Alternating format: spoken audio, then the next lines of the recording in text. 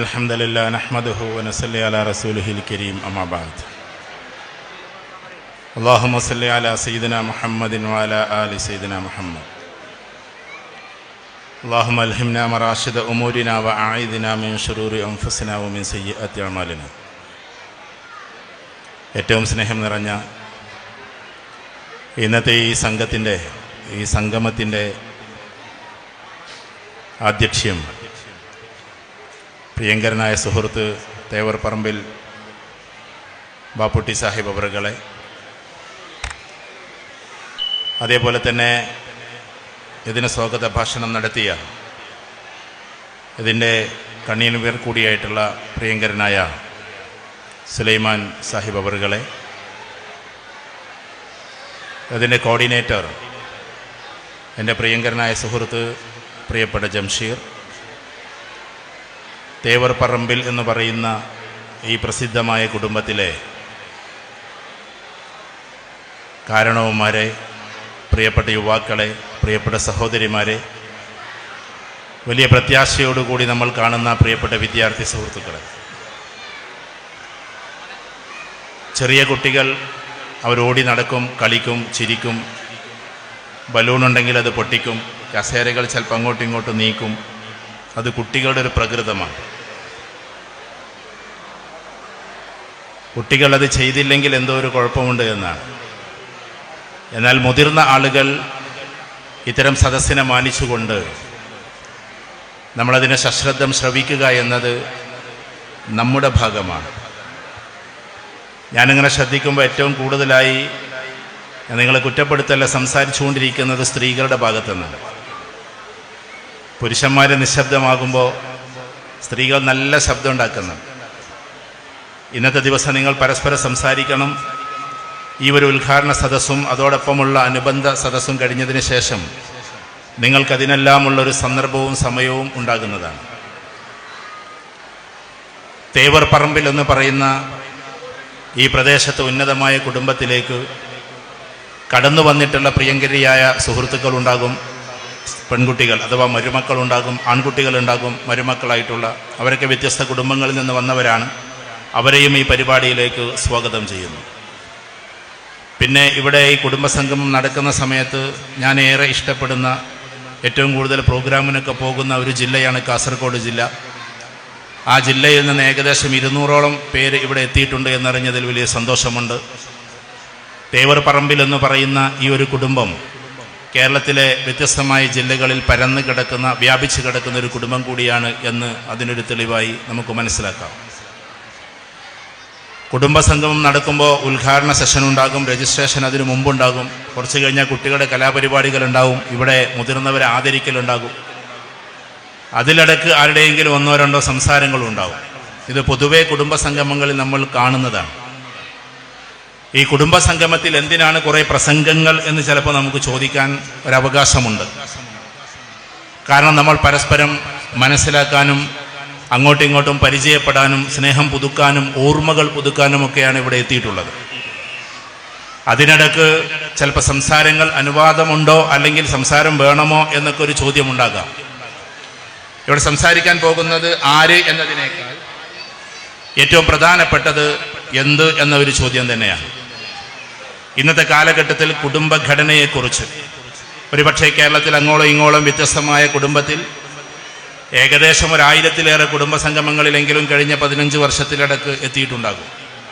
പക്ഷെ തേവർ പറമ്പിൽ കുടുംബം എന്നോട് ഏറ്റവും ബന്ധപ്പെട്ട് കിടക്കുന്ന, എൻ്റെ ഹോം ടൗൺ എന്ന് ഞാൻ വിശേഷിപ്പിക്കുന്ന പുത്തനത്താണിയുടെ ചുറ്റുവട്ടങ്ങളിൽ കൽപ്പകഞ്ചേരിയിലും മറ്റുമൊക്കെയായി കിടക്കുന്ന ഒരു കുടുംബമാണ്.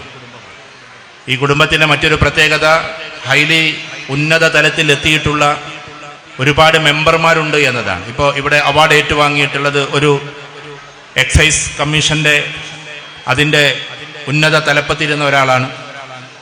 എൻ്റെ ഏറ്റവും പ്രിയങ്കരനായ സുഹൃത്ത്, ഞങ്ങൾ ചെറുപ്പത്തിൽ പഠിച്ചിരുന്ന കാലത്ത് ഒന്നിച്ച് ക്ലാസ്സുകളിൽ പങ്കെടുക്കുകയും ഒന്നിച്ച് വായിക്കുകയും ഒന്നിച്ചുയരുകയും ചെയ്തിട്ടുള്ള, അദ്ദേഹത്തെ ഇവിടെ കാണാനില്ല, എന്നാലും എൻ്റെ പ്രിയങ്കരനായ സുഹൃത്ത് അൻവർ എൻ്റെ പ്രിയപ്പെട്ട കൂട്ടുകാരനാണ്.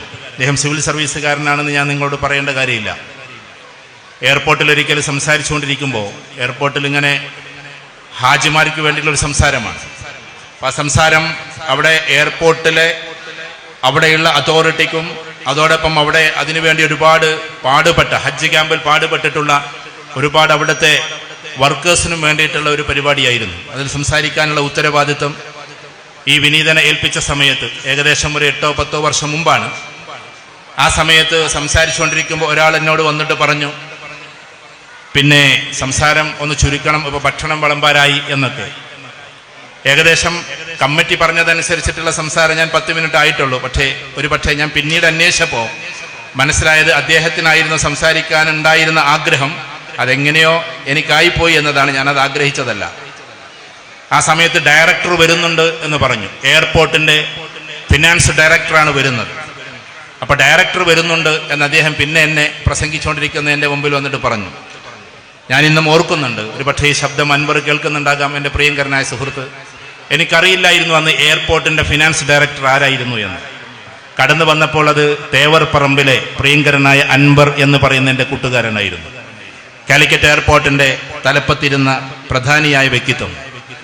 വന്ന സമയത്ത് എന്നെ ഹഗ് ചെയ്യുകയും അങ്ങനെ അവിടെ ഇരിക്കുകയും നിങ്ങൾ കുറച്ചും കൂടി തുടർന്നോളൂ എന്ന് പറയുകയും ചെയ്തപ്പോൾ ഇയാൾ സംസാരം കഴിഞ്ഞിട്ട് എന്നോട് വന്നിട്ട് ചോദിച്ചു, അദ്ദേഹത്തെ നിങ്ങൾക്ക് എങ്ങനെ അറിയാം? ഞാൻ പറഞ്ഞു, എൻ്റെ കളിക്കൂട്ടുകാരനാണ്. അപ്പം ഞാൻ പറഞ്ഞു വരുന്നത്, നമുക്ക് കൂട്ടുകാരാണെങ്കിലും നിങ്ങൾക്ക് കുടുംബക്കാരാണെങ്കിലും അവർ ഉന്നതമായ പൊസിഷനിൽ ഇരുന്ന വ്യക്തിത്വങ്ങളാണ്. എൻ്റെ പ്രിയപ്പെട്ടവരോട്, അദ്ദേഹത്തിൻ്റെ അനിയനും അതെ സിവിൽ സർവീസിന് വേണ്ടിയിട്ട് ഒരുപാട് ശ്രമിച്ചതാണ്. അദ്ദേഹത്തെ പോലെ അത് കിട്ടാൻ കഴിഞ്ഞില്ലെങ്കിലും അദ്ദേഹം ഫിനാൻസിൻ്റെ മറ്റൊരു ഭാഗത്ത് വർക്ക് ചെയ്യുന്ന ഒരാളാണ്. അപ്പം ഞാൻ പറഞ്ഞു വരുന്നത്, ഈ തേവർപ്പറമ്പിൽ കുടുംബത്തിൽ ഒരുപാട് ആളുകളെ, ഇവിടെയുള്ള കുഞ്ഞുട്ടിക്കയായാലും ബാപ്പുട്ടിക്കയായാലും അതേപോലെ തന്നെ ഇവിടെ ഒരുപാട് ആളുകൾ എനിക്ക് പരിചയമുള്ളവരുണ്ട്. പ്രിയപ്പെട്ട കമ്മു അടക്കമുള്ള ഒരുപാട് ആളുകൾ, ജംഷീർ, അതേപോലെ തന്നെ ഇവിടെ ഞാൻ പുത്തനത്താണിയിൽ എന്നും കാണുന്ന ഒരുപാട് മരുതന്മാർ ഇവിടെയുണ്ട്. മരുതന്മാരെന്ന് ഞങ്ങൾ പറയാ, തേവർപ്പറമ്പിൽ എന്ന് പറയുന്ന കൂട്ടത്തിൽ പെട്ടതാണ് ഇതെല്ലാം. ഇതൊരു പറമ്പിന്റെ പേരായിരിക്കാം, അല്ലെങ്കിൽ ഒരു സ്ഥലത്തേക്ക് പോറപ്പോൾ അവിടുത്തെ വളപ്പിന്റെ പേരായിരിക്കാം മറ്റുള്ളത് എന്ന് ഞാൻ വിശ്വസിക്കുന്നു. ഏതായിരുന്നാലും തേവർപ്പറമ്പിൽ എന്നുള്ള കുടുംബത്തിനെ നമ്മൾ ChatGPTയിൽ അടിച്ചു നോക്കുന്ന സമയത്ത് അതിൻ്റെ ഹിസ്റ്ററി വേറെയാണ്. നിങ്ങൾ എത്ര പേരത് അടിച്ചു നോക്കിയെന്ന് എനിക്ക് അറിഞ്ഞുകൂടാ. ഞാനിവിടെ ഇരുന്നിട്ട് അതായിരുന്നു എൻ്റെ ഒരു പണി. എന്താണ് തേവർപ്പറമ്പിൽ എന്നുള്ള കുടുംബത്തിനെ ഞാൻ ChatGPTയുടെ പ്രൈമിൽ കയറിയിട്ട് നോക്കുകയായിരുന്നു. ആ ഹിസ്റ്ററി ഇപ്പോൾ ഇവിടെ പറയുന്നില്ല, അത് നിങ്ങൾ വീട്ടിൽ പോയിട്ട് നോക്കിയാൽ മതി. ഞാൻ പറഞ്ഞു വരുന്നത്, പ്രാചീന കാലഘട്ടം മുതലേ ദീനിനെ സഹായിച്ച, ദീനിൻ്റെ വക്താക്കളായ, പണ്ടുകാലം മുതലേ ദീനിലേക്ക് കടന്നു വന്നു എന്ന് പറയുന്നതിൽ ഏറ്റവും കൂടുതൽ പ്രധാനികളായിട്ടുള്ള വ്യക്തിത്വങ്ങളാണ് പ്രിയപ്പെട്ട തേവർപ്പറമ്പിൽ കുടുംബം. ആ തേവർപ്പറമ്പിൽ കുടുംബം സ്വന്തമായി അനലൈസ് ചെയ്യുമ്പോൾ ഈ തേവർപ്പറമ്പിൽ കുടുംബം എന്താണ് എന്ന്, ഒരുപാട് തേവർപ്പറമ്പിലുണ്ട് ഈ കേരളത്തിൽ. അതെല്ലാം അങ്ങോട്ടും ഇങ്ങോട്ടൊക്കെ ലിങ്ക് ഉണ്ടാകും. തെക്കൻ ഭാഗത്തൊക്കെ നിറഞ്ഞു കിടക്കുന്ന ഒരു കുടുംബം കൂടിയാണ് തേവർപ്പറമ്പിൽ എന്നാണ് നമുക്ക് നെറ്റ് പറഞ്ഞു തരുന്നത്. ഞാൻ പറഞ്ഞു വരുന്നത്, ഈ കുടുംബ സംഗമം എന്തിനാണ് നമ്മൾ കൂടിയിട്ടുള്ളത്? ഒന്നാമതായി, ഇതൊരു ഉപദേശ പ്രസംഗമായി നിങ്ങൾ കാണരുത്. ചില നിർദ്ദേശങ്ങൾ നിങ്ങളുടെ മുമ്പിൽ വെക്കുകയാണ്.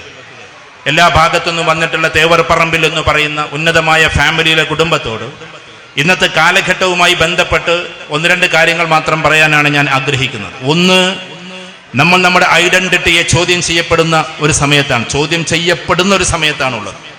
നമ്മുടെ ഐഡന്റിറ്റി നഷ്ടപ്പെട്ടു പോകുന്ന ഒരു സമയത്താണ് ഇന്ന് നമ്മളുള്ളത്. അതിനെക്കുറിച്ച് പറയാൻ അധികം ആളുകളില്ല. ഇനിയൊരു പക്ഷേ ഈ സിസ്റ്റങ്ങളൊക്കെ എന്തിനു എന്ന് ചോദിക്കുന്ന സമയം അധികം വിദൂരത്തല്ല. എന്ന് വെച്ചാൽ ചില നിയമങ്ങൾ കൊണ്ടുവന്ന് മുസ്ലിം വ്യക്തിഗത എന്ന് പറയുന്ന ഒരു സാധനത്തിന് ഐഡന്റിറ്റിയെ മാറ്റിമറിക്കുന്ന ഒരു സമയത്താണ് നമ്മളുള്ളത്. വ്യത്യസ്ത രാഷ്ട്രീയക്കാരെ കൂട്ടത്തിലുണ്ടാകാം, വ്യത്യസ്ത സംഘടനക്കാരെ കൂട്ടത്തിലുണ്ടാകാം, വ്യത്യസ്തമായ രീതിയിൽ ചിന്തിക്കുന്നവരും വ്യത്യസ്ത പൊസിഷനിൽ നിൽക്കുന്നവരുണ്ടാകാം. കുടുംബത്തിലേക്ക് വരുമ്പോൾ നമ്മളെല്ലാവരും ഒന്നാണ്. നമുക്കാർക്കും വ്യത്യസ്ത സംഘടനക്കാരനാകാനോ ഒരു രാഷ്ട്രീയക്കാരനാകാനോ കുടുംബത്തിൽ നമുക്ക് സാധിക്കില്ല. നമുക്ക് നമ്മുടെ രാഷ്ട്രീയമുണ്ടാകും, നമുക്ക് നമ്മുടെ സംഘടനയുണ്ടാകും, നമുക്ക് നമ്മുടെ ചിന്താധാരയുണ്ടാകും. പക്ഷെ കുടുംബത്തിലേക്ക് വരുമ്പോൾ എല്ലാവരും ഒന്നാണ്. ആ ഐക്യമാണ് ആദ്യം നമ്മൾ കാത്തു സൂക്ഷിക്കേണ്ടത്.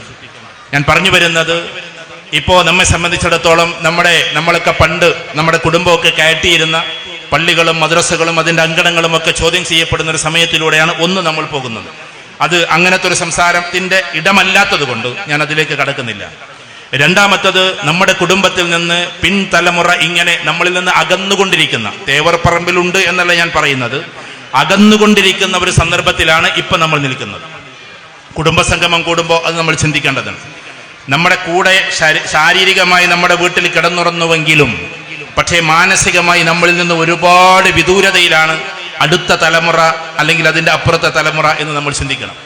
സത്യത്തിൽ നമ്മുടെ റൂമിലുണ്ടവർ, നമ്മൾ കയറ്റിയ വീട്ടിനകത്തുണ്ടവർ, പക്ഷെ അവരുടെ മനസ്സിന്റെ ഉള്ളിൽ ഒരുപാട് നമ്മളോട് അകൽച്ചകൾ വരുന്നു. ഞാൻ പറയുന്നത് നിങ്ങളുടെ കുടുംബത്തിലുണ്ട് എന്നതല്ല, പൊതുവെ നടക്കുന്ന ഒരു കാര്യം പറയുകയാണ്. പുതിയ തലമുറയെ വേണ്ട രീതിയിൽ വായിക്കാൻ അറിയാത്തത് കൊണ്ടാണ്. അതെങ്ങനെ തലമുറയെ വായിക്കുക? പുസ്തകം വായന മാത്രമല്ല ഉള്ളത്, സോഷ്യൽ റീഡിംഗ് ഉണ്ട്, ഫാമിലി റീഡിംഗ് ഉണ്ട്, അങ്ങനെ ഒരുപാട് വായനകളുണ്ട്. സോഷ്യൽ റീഡിംഗ് എന്ന് പറഞ്ഞാൽ സാമൂഹിക വായനയാണ്. സമൂഹത്തെ എപ്പോഴും നമ്മൾ വായിച്ചു കൊണ്ടിരിക്കണം. വായന എന്ന് പറഞ്ഞാൽ നമ്മുടെ മനസ്സിൽ ഇങ്ങനെ എപ്പോഴും ഇങ്ങനെ അനലൈസ് ചെയ്തുകൊണ്ടിരിക്കണം. അതാണ് വായന എന്നതുകൊണ്ട് ഉദ്ദേശിക്കുന്നത്. സാമൂഹ്യ വായന ഉള്ളതുപോലെ തന്നെ ഫാമിലി റീഡിംഗ് ഉണ്ട്, അഥവാ കുടുംബത്തെ നമ്മൾ വായിക്കണം. നമ്മുടെ കുടുംബത്തിലെ ഉപ്പയുടെ സങ്കടങ്ങൾ എന്തൊക്കെയാണ് അത് നമ്മൾ വായിച്ചു മനസ്സിലാക്കണം. പുസ്തകത്തിലല്ല, മനസ്സിനെ വായിക്കാൻ നമുക്ക് പറ്റണം. ഇവിടെ നിങ്ങളിപ്പോൾ ഒരുപാട് കാരണവന്മാരെ ആദരിച്ചുവല്ലോ. അവര് വീട്ടിലെത്തിയിട്ട് വീണ്ടും സങ്കടമാണ് തുടരുന്നതെങ്കിൽ നമ്മുടെ വായന തെറ്റിയിട്ടുണ്ട് എന്നതാണ്. ഇവിടെ ഷാളണിയിക്കുന്നു, ഇവിടെ സുന്ദരമായി അവർക്ക് നല്ല രീതിയിലുള്ള മൊമെന്റോ കൊടുക്കുന്നു, അല്ലെങ്കിൽ മൊമെന്റം കൊടുക്കുന്നു. എന്തു കൊടുത്താലും വീട്ടിലെത്തിയാൽ അവർ വീണ്ടും ഒറ്റപ്പെട്ടു പോകുന്നുവെങ്കിൽ നമ്മുടെ വായന തെറ്റിയിട്ടുണ്ട്, നമ്മുടെ പഠനം തെറ്റിയിട്ടുണ്ട്. എന്ന് വെച്ചാൽ ഇവിടെ ഇരിക്കുന്ന 70, 75, 60, 65 ഒക്കെയായി വയസ്സുള്ള ആളുകൾ, ചിലപ്പോൾ 80 ഒക്കെ താണ്ടിയവർ, അവർ വീട്ടിന്റെ അകത്ത് ഏതോ ഒറ്റപ്പെട്ട രീതിയിലാണ് എങ്കിൽ അതൊരു വലിയ സങ്കടം തന്നെയാണ്. നമ്മൾ ഒരു രാജ്യത്ത് പോയപ്പോൾ, ബ്രൂണൈ എന്ന് പറയുന്ന രാജ്യം, അവിടെ ഉള്ളവർ ചിലപ്പോൾ ഈ കൂട്ടത്തിൽ ഉണ്ടാകാം. നമ്മുടെ ഈ തുവക്കാട് ഭാഗത്തു നിന്ന് കുറെ ആളുകൾ അവിടെ കണ്ടു. അപ്പൊ ബ്രൂണൈ എന്ന് പറയുന്ന സ്ഥലത്ത് എല്ലാ ആഴ്ചയിലും ഒരു ദിവസം കിടപ്പായ രോഗികളെയും കൊണ്ട് എങ്ങോട്ട് പോകുന്നറിയോ? ഹോട്ടലിലേക്ക് പോകും. ഞാൻ ബ്രൂണൈയിൽ കണ്ട ഒരു വലിയ കാര്യമാണ്. കിടപ്പിലായിരിക്കും, ഭക്ഷണം കഴിക്കാനൊന്നിനും കഴിയില്ല, പക്ഷെ മക്കളെല്ലാ ആളുകളെയും കൊണ്ടുവന്നിട്ട് ഹോട്ടലിലാക്കി കിടന്ന കിടപ്പിലൊക്കെ ചോറ് വാരി കൊടുക്കും. കാരണം ആ ഒരു ദിവസത്തിന് വേണ്ടി ഈ പ്രായം ചെന്നവർ കാത്തു നിൽക്കാറുണ്ട്. നമ്മളെ വീട്ടിലുള്ള പാവപ്പെട്ട കിടപ്പിലായ ആളുകൾക്ക് എന്നും അവിടെ തന്നെയാണ്. എന്നിട്ട് ഇവരൊരു ഒഴിയാബാധയെപ്പോലെ ആയിട്ട് അങ്ങനെ കഴിയുകയാണ്. ആ ഒരു അവസ്ഥയിൽ നിന്ന് മാറ്റം വരണം, അഥവാ കാരണവന്മാരിൽ നിന്ന് തുടങ്ങണം നമ്മുടെ ഏറ്റവും പ്രധാനപ്പെട്ട കുടുംബത്തിന്റെ ബന്ധങ്ങൾ. ഇന്നിവരിവിടെ ഇരുന്ന് നമ്മളെ നോക്കുന്നു. അവരുടെ മനസ്സിന്റെ ഉള്ളിൽ ഒരുപാട് സന്തോഷങ്ങളാണ്. നമ്മളെ കണ്ട സന്തോഷം ഇനി എത്ര കാലം കാണുമോ എന്നുള്ള ആശങ്കയുടെ വല്ലാത്തൊരു വ്യഥയും അവരുടെ മുമ്പിലുണ്ട്. ഇപ്പൊ 75 താണ്ടിയവർ അടുത്ത പ്രാവശ്യം തേവർ പറമ്പിൽ കൂടുന്ന സമയത്ത് ഞങ്ങൾ ഉണ്ടാകുമോ? കഴിഞ്ഞ പ്രാവശ്യം കൂടിയ സമയത്തും ഞാൻ വന്നിരുന്നു. ആ സമയത്തുള്ള പല കാരണന്മാരും ഇന്നൊരു പക്ഷെ ഉണ്ടാകണമെന്നില്ല.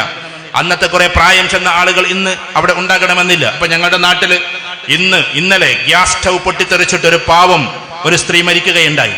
ജസ്റ്റ് കൂറക്കടിക്കുന്ന മരുന്നോ മറ്റോ ഗ്യാസിന്റെ അടുത്ത് പോയിട്ട് അടിച്ചതാണ്. രണ്ടും കൂടി ക്ലബായി ഒന്നിച്ച് പൊട്ടിത്തെറിച്ച് ഇപ്പൊ എത്തിയിട്ടേ ഉള്ളൂ മൃതദേഹം, അഥവാ എല്ലാ പോസ്റ്റ്മോർട്ടവും കഴിഞ്ഞിട്ട്. മനുഷ്യന്റെ ജീവിതം ഇങ്ങനെ വെറും തുരുത്തായി നിൽക്കുന്ന ഒരു സമയത്ത്, നിമിഷ നേരങ്ങളെ കൊണ്ട് എവിടെയോ കിടക്കുന്ന അപകടങ്ങൾ പോലും നമ്മുടെ വീട്ടിലേക്ക് കടന്നു വരുന്ന ഒരു സമയത്ത്, അടുത്ത കാലത്തൊന്നും ഇനി ചിലപ്പോൾ നമ്മൾ ഉണ്ടാകില്ല എന്ന ചിന്തയോട് കൂടി നമ്മുടെ കാരണവന്മാരെ ഏറ്റവും കൂടുതൽ ആദരിക്കണം. ഇവിടെ കാരണന്മാരെ ആദരിച്ചിട്ടുണ്ട്. ഈ സൗണ്ട് വേണമെങ്കിൽ ഒന്ന് കുറക്കാട്ടോ, അത് കൺട്രോൾ ചെയ്യുന്നവരോട് വേണമെങ്കിൽ ഒന്ന് കുറക്കാം, ക്ലാരിറ്റി കൂട്ടിയാൽ മതി. ഞാൻ പറഞ്ഞു വരുന്നത്, ഇവിടെയുള്ള ഓരോ ആളുകളും ആദ്യം കാരണവന്മാരിൽ നിന്ന് തുടങ്ങണം. നമുക്ക് എന്തുകൊണ്ട് ആഴ്ചയിലോ അല്ലെങ്കിൽ 2 ആഴ്ച കൂടുമ്പോഴോ ഈ കാരണവന്മാരുടെ അല്ലെങ്കിൽ കാരണോത്തിമാരുടെ, കാരണവന്മാർ എന്ന് പറഞ്ഞാൽ കാസർഗോട്ടുകാർ ക്ഷമിക്കണം കേട്ടോ, ഇവിടെ കാരണവർ എന്ന് പറഞ്ഞിട്ടുണ്ടെങ്കിൽ നിങ്ങളുടെ നാട്ടിലെ അമ്മാവന്മാരല്ല, നിങ്ങളുടെ നാട്ടിലെ അമ്മാവൻക്കാണ് കാരണവരെന്ന് പറയാ. ഇവിടെ കാരണവന്മാർ എന്ന് പറഞ്ഞിട്ടുണ്ടെങ്കിൽ വീട്ടിലെ നാട്ടിലെ മുതിർന്നവർക്കാ പറയാ. കാസർഗോഡ് വിചാരിക്കുന്നത് എന്താ അമ്മാവന്മാരെങ്ങനെ പറയുന്നു? അമ്മാവന്മാരല്ല, ഇവിടെ കാരണവന്മാർ എന്ന് പറഞ്ഞാൽ പ്രായം ചെന്നവർ എന്നാണ് മലപ്പുറം ജില്ലയുടെ ഭാഷ്യം. നിങ്ങളുടെ നാട്ടിലെ കാരണവർ എന്ന് പറഞ്ഞാൽ അത് അമ്മാവനാണെന്ന് എനിക്കറിയാം. ഞാൻ പറഞ്ഞു വരുന്നത്, അതുകൊണ്ട് കാസർഗോട്ട് 10-200 ആൾക്കാർ ഇവിടെ ഉണ്ട് എന്ന് പറഞ്ഞു. അവരോട് പറയാണ്, ഇവിടുത്തെ വയസ്സന്മാർ, പ്രായം ചെന്നവർ, അവരെ മാനിക്കലായിരിക്കണം ആദ്യത്തെ കാര്യം. അതിനുള്ള ഏറ്റവും വലിയ, നമ്മൾ കുറ്റപ്പെടുത്തി പോകാതെ അതിനുള്ള പ്രതിവിധി എന്താണ്? മാസത്തിൽ ഒരിക്കലെങ്കിലും കുടുംബം കൂടിയിട്ട് ഈ പാവം കിളവന്റെ കൂട്ടത്തിലിരിക്കണം. അവരോടൊപ്പം ഒന്ന് വർത്തമാനം പറഞ്ഞിരിക്കണം. അവരുടെ ആശ്വാസത്തിന് വേണ്ടി, അവരുടെ നല്ല നല്ല മനസ്സിൽ തുറക്കാൻ വേണ്ടിയിട്ട് നമ്മൾ അവരോടൊപ്പം ഇരുന്ന് കൊടുക്കണം. ഒന്നിച്ച് അവരോടൊപ്പം ഇരുന്ന് ഭക്ഷണം കഴിക്കണം. എത്ര പ്രായം ചെന്ന വല്യമ്മയാണെങ്കിലും, എത്ര പ്രായം ചെന്നിട്ടുള്ള ഉപ്പാപ്പയാണെങ്കിലും നമ്മൾ മെല്ലെ അവരോടൊപ്പം, പുതിയ തലമുറയോട് ഞാൻ പറയുന്നു, നിങ്ങൾ കൂടിയിരിക്കണം. കാരണം ഇവരാരാന്നറിയോ? ഇവരാരാണ്? ഒരു പക്ഷേ നിങ്ങൾ ജനിച്ചു വീണ ദിവസത്തില്, നിങ്ങൾ എത്ര തന്തവൈബെന്ന് അതിനെ വിളിച്ചാലും, നിങ്ങൾ ജനിച്ചു വീണ ദിവസത്തില് സിസ്റ്റേഴ്സ് അതിനെയെല്ലാം കഴുകി വൃത്തിയാക്കിയിട്ട് ആദ്യമായിട്ട് നിങ്ങളെ നൽകിയത് ഈ കരങ്ങളിലേക്കാണ്. ആ സമയത്ത് ആ പാവം മനുഷ്യൻ തന്ന ഒരു മുത്തമുണ്ട്. ഈ ലോകത്തിൽ പകരം വെക്കാനില്ലാത്ത സന്തോഷത്തിന്റെ മുത്തമാണ് പേരക്കിടാവിന് ഈ പാവം മനുഷ്യൻ കൊടുത്തിട്ടുണ്ടാവുക. നിങ്ങളതിനെ തന്തവൈബെന്ന് വിളിച്ചാലും ഞാൻ പറയുന്നു, ലോകത്തിലെ ഒരു മനുഷ്യന്റെ ഏറ്റവും വലിയ സന്തോഷം തന്റെ മകനെ അല്ലെങ്കിൽ മകളെ അല്ലെങ്കിൽ പേരക്കുട്ടിയെ തന്റെ കയ്യിലേക്ക് കിട്ടിയിട്ട് ആ കിട്ടുന്ന സമയത്തൊരു മുത്തം നൽകലാണ്. കുടുംബത്തിൻ്റെ സ്നേഹത്തെക്കുറിച്ച്, ബന്ധങ്ങളെക്കുറിച്ച്, പാരസ്പര്യത്തെക്കുറിച്ചാണ് ഉദ്ഘാടന വേളയിൽ പ്രിയങ്കരനായ തങ്ങൾ നമ്മളോട് സംവദിച്ചത്. അത് മനസ്സിലേക്ക് ഏറ്റെടുത്തുകൊണ്ട് നമ്മുടെ കുടുംബത്തിൻ്റെ ചിട്ടയായ ഒരു പുരോഗമനത്തിനും ഒരു ജൈത്രയാത്രക്കും ആ വാക്കുകളും അദ്ദേഹത്തിൻ്റെ പ്രാർത്ഥനയും ഏറ്റവും വലിയ ഉപോത്ബലകമാകട്ടെ എന്ന് നമുക്ക് പ്രാർത്ഥിക്കാം. തങ്ങൾക്കിനി ഫിഖ് സെമിനാറിലേക്ക് പോകാനുണ്ട്, അതിനു വേണ്ടിയിട്ടുള്ള ധൃതിയിലാണ്. അതുകൊണ്ട് പ്രിയങ്കരായ സുഹൃത്തുക്കളൊക്കെ അദ്ദേഹത്തിന് പോകാനുള്ള ഒരിടം നൽകണമെന്ന്, വളരെ പെട്ടെന്ന് പോകേണ്ടതുണ്ടായതുകൊണ്ട് ബുദ്ധിമുട്ടിക്കരുതെന്ന് മാത്രം പറയുന്നു. പ്രിയപ്പെട്ടവരെ, സഹോദരിമാരെ, സഹോദരങ്ങളെ,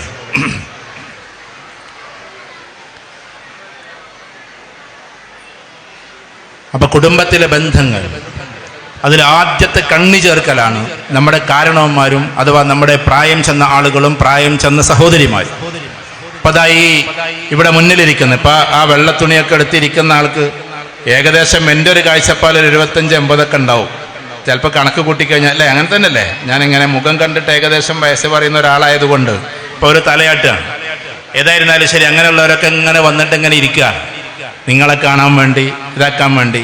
അല്ലാതെ നമ്മൾ കൊടുക്കുന്ന ഒരു തുണി സ്വീകരിക്കാനോ അല്ലെങ്കിൽ ഒരു മൊമെൻറ്റം സ്വീകരിക്കാനോ അല്ല, നമ്മളെല്ലാവരെയും കണ്ട് സന്തോഷത്തോടെ. കാരണം അവരുടെ കാലം അതായിരുന്നു.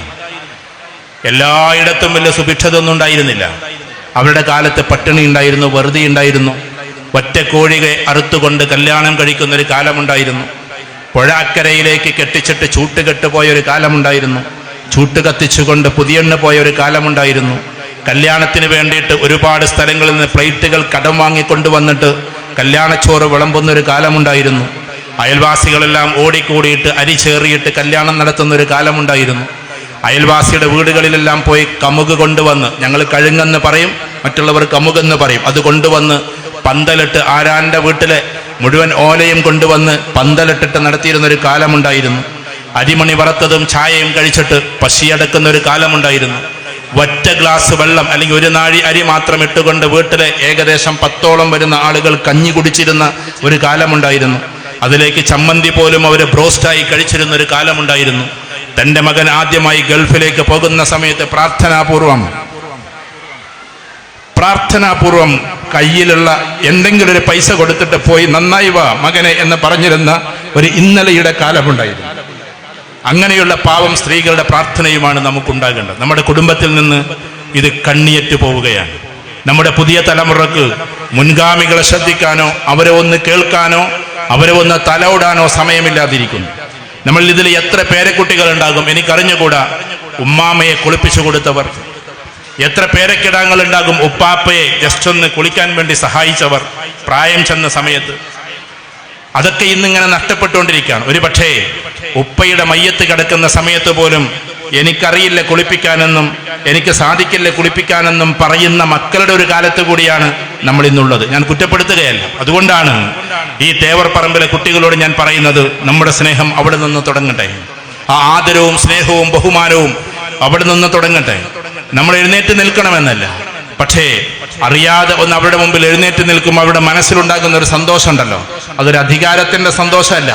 ഇരിപ്പിടത്തിൽ നിന്ന് ജസ്റ്റ് ഒന്ന് എഴുന്നേറ്റ് കൊടുക്കുമ്പോൾ അവർക്ക് വല്ലാത്ത ഒരു ഉന്മാദം ഉണ്ടാകാനുണ്ട്. എൻ്റെ പീരക്കിടാവ് എന്നെ സ്നേഹിക്കുന്നുവെന്ന്, എന്നെ ബഹുമാനിക്കുന്നുവെന്ന് ഉള്ളൊരു തെളിയിക്കൽ കൂടിയാണത്. നമ്മൾ വിചാരിക്കുന്നു എന്തിനാ ഇപ്പോഴത്തെ കാലത്ത് അങ്ങനെ പ്രായം ചെന്നവർ വരുമ്പോൾ എഴുന്നേറ്റ് കൊടുക്കുന്നത് എന്നൊക്കെ നമ്മൾ ചിലപ്പോൾ ചിന്തിച്ചേക്കാം. പ്രിയപ്പെട്ട എൻ്റെ സഹോദരന്മാർ, ചിന്തിക്കേണ്ടത് അവരങ്ങനെയായിരുന്നു കഴിഞ്ഞത്. അവരുടെ പിൻഗാമികളാണ് നമ്മൾ. അതുകൊണ്ട് നമ്മുടെ കുടുംബം ഏറ്റവും രസകരമാകാൻ, സമൂഹത്തിൽ നമ്മൾ ഉന്നതരായി മാറാൻ ചില കാര്യങ്ങൾ മാത്രം പറഞ്ഞുകൊണ്ട് ഞാൻ അവസാനിപ്പിക്കാം. ഒന്നാമത്തെ കാര്യം, നമ്മുടെ ഏറ്റവും കൂടുതൽ തകർന്നു പോകുന്നത് ഇന്ന് കുടുംബത്തിലെ വിശ്വാസ പ്രമാണങ്ങളും ആദരപൂർവ്വം നമ്മൾ കൊണ്ടു നടന്ന ചില വിശ്വാസത്തിന്റെ കുറെ ഭാഗങ്ങളുമാണ്. അതെങ്ങനെയാണ് നഷ്ടപ്പെടുന്നതെന്നറിയോ? നമ്മൾ കോളേജിലേക്ക് പോകുമ്പോൾ, സ്കൂളിലേക്ക് പോകുമ്പോൾ വ്യത്യസ്തരായ അധ്യാപകരുടെ മുഖത്ത് നിന്ന് കിട്ടുന്ന ചില ചാപ്റ്ററുകൾ, അത് നമുക്ക് അത്രമാത്രം അറിയില്ല. ഞാനും ഒരു അധ്യാപകനാണ്. ഏകദേശം 10-20 വർഷത്തോളം അധ്യാപകനായി ഡിഗ്രിക്കാരുടെ മുമ്പിലും PG-ക്കാരുടെ മുമ്പിലൊക്കെ പ്രത്യക്ഷപ്പെട്ട ഒരാളാണ്. ഇപ്പം ഞാൻ അധ്യാപനം നടത്തുന്നില്ലെങ്കിലും. അതുകൊണ്ട് അന്നത്തെ കുട്ടികളെ പോലെയല്ല ഇന്നത്തെ കുട്ടികൾ. കാരണം അന്ന് ക്ലാസ് റൂമിൽ ദൈവത്തെ ചോദ്യം ചെയ്യുന്ന അവസ്ഥയൊന്നും ഉണ്ടായിരുന്നില്ല. വല്ലാതെ ഏതെങ്കിലുമൊക്കെ എവിടെയെങ്കിലുമൊക്കെ ഒരു ഇടമറുകോ അല്ലെങ്കിൽ എവിടെയെങ്കിലുമൊക്കെ ഒരു KNO ഒക്കെ ഉണ്ടാകുമെന്നതല്ലാതെ എല്ലാ ആളുകളും വന്നിട്ട് ഇങ്ങനെ മനുഷ്യരെ ബ്രെയിനിനെ പിടിച്ച് കുലുക്കുന്നൊരു അവസ്ഥ പണ്ടുണ്ടായിരുന്നില്ല. ആ അവസ്ഥ ഇന്ന് സംജാതമായിരിക്കുകയാണ്. കാരണം അവർക്കൊരു അജണ്ടയുണ്ട്. അള്ളാഹു ജീവിച്ചിരിപ്പുണ്ടോ എന്ന ചോദ്യം ക്ലാസ് റൂമിൽ ചോദിക്കേണ്ടതല്ല, അത് ഡിബേറ്റ് വേറെയാണ്. ക്ലാസ് റൂമുകളിൽ അവർ പഠിപ്പിക്കേണ്ടത് സബ്ജക്റ്റുകളാണ്. ആ സബ്ജക്റ്റിന്റെ അപ്പുറത്തേക്ക് ദൈവമുണ്ടോ ഇല്ലയോ എന്ന ചോദ്യം ചോദിക്കേണ്ടുന്ന ഇടമല്ല ക്ലാസ് റൂമുകൾ. അഥവാ കുട്ടികളോട് ഇത് ചോദിച്ച് അവസാനം വേറൊരു ലോകത്തിലേക്ക് കുട്ടികൾ പോയിക്കൊണ്ടിരിക്കുകയാണ്. ഞാൻ പറഞ്ഞു വരുന്നത് നമ്മുടെ മൂല്യങ്ങൾ നഷ്ടപ്പെടാൻ പോവാണ്. അപ്പൊ നിങ്ങൾ ചോദിക്കും, അതിങ്ങനെ കുറേശ്ശെ നഷ്ടപ്പെട്ടുകൊണ്ടിരിക്കുകയല്ലേ, കുറച്ച് നഷ്ടപ്പെട്ടാൽ എന്താണ് കാര്യം എന്നൊക്കെയാണ്. എവിടെ ഇന്ന് ബന്ധങ്ങൾ? ഒരു വിവാഹം നടക്കുന്ന വേദി നമ്മൾ കണ്ടു കഴിഞ്ഞാൽ ഫോട്ടോഷൂട്ട് മാത്രമാണ് ഇന്നത്തെ വിവാഹ ചടങ്ങുകൾ. എല്ലാവർക്കും വേണ്ടത് ഫോട്ടോയാണ്. കുട്ടികൾ അതിന് വേണ്ടിയിട്ട് കുറെ സാധനങ്ങൾ എന്ത് ചെയ്യും, മുഖത്തടിച്ചു വരും. എപ്പോഴും ഇങ്ങനെ മാറിയിട്ട് ഡ്രസ്സ് മാറ്റും. ഒറ്റ കല്യാണത്തിന് 5, അവനവന്റെ വീട്ടിലാണെങ്കിൽ പിന്നെ 5 ഡ്രസ്സ് ഉറപ്പാണ്. തലേത്തെ രാത്രി ഇടാൻ, രാവിലെ ഇടാൻ, അത് കഴിഞ്ഞിട്ട് 12 മണിക്ക് മാറ്റാൻ, പിന്നെ 3 മണിക്ക് ആ വീട്ടുകാർ വരുമ്പോൾ മാറ്റാൻ, അത് കഴിഞ്ഞിട്ട് പിന്നെ അവർ പോകുമ്പോൾ എന്നെ വേറെ രീതിയിൽ കാണണം. പുതിയ എണ്ണിന്റെ കാര്യമല്ല പറഞ്ഞത്, അവരോടൊപ്പമുള്ള കസിൻ ബ്രദേഴ്സിന്റെയും കസിൻ സിസ്റ്റേഴ്സിന്റെയും കാര്യമാണ്. ഇതെന്തിനാ? ഞാൻ അവറമാശോടെ പറയാൻ വിട്ടുപോയിട്ടോ. ഒരുപാട് ഭാഷകൾ അറിയുന്ന എൻ്റെ പ്രിയപ്പെട്ട ഒരു അധ്യാപക തുല്യനായ ഒരാൾ, എന്നെ പഠിപ്പിച്ചിട്ടില്ലെങ്കിൽ പോലും, പക്ഷേ ഇന്നും യങ്ങായിട്ട് നിൽക്കുകയാണ്. ഞങ്ങളൊക്കെ ഇങ്ങനെ പ്രായം കൂടുമ്പോൾ മൂപ്പര് വളരെ യങ്ങായിട്ട് നിൽക്കുകയാണ്. അപ്പൊ ഞാൻ പറഞ്ഞു വരുന്നത്, എന്നെ പ്രിയപ്പെട്ടവരെ, ഇവിടെ ഇരിക്കുന്ന ഓരോരുത്തരും ചിന്തിക്കേണ്ടത് നമ്മുടെ വീട്ടിൽ നിന്ന് എന്തുകൊണ്ട് ഇത് പടിയിറങ്ങും. ഒരു കാരണം എന്താണെന്നറിയോ? നമ്മൾ ആളുകളെ കുറ്റപ്പെടുത്തിയിട്ട് കാര്യമില്ല. നമ്മൾ ആ കുറ്റം കൊണ്ടുപോയിട്ട് എല്ലാം കൂടി ആരിഫ് ഹുസൈൻ്റെ മേലെയും എല്ലാം കൂടി ഏതെങ്കിലും ഒക്കെ ഒരു രവിചന്ദ്രന്റെ മേലെയും ആക്കിയിട്ട് കാര്യമില്ല. നമ്മുടെ കാർക്കശ്യ സ്വഭാവത്തിൽ നിന്ന് കുട്ടികൾ മെല്ലെ പടിയിറങ്ങുന്നു എന്നതാണ്. ഞാൻ അങ്ങനെ പറയുമ്പോൾ നിങ്ങൾക്കൊന്നും തോന്നരുത്. കുട്ടികളെ മനസ്സിലാക്കിയിട്ടല്ല നമ്മൾ പെരുമാറുന്നത്.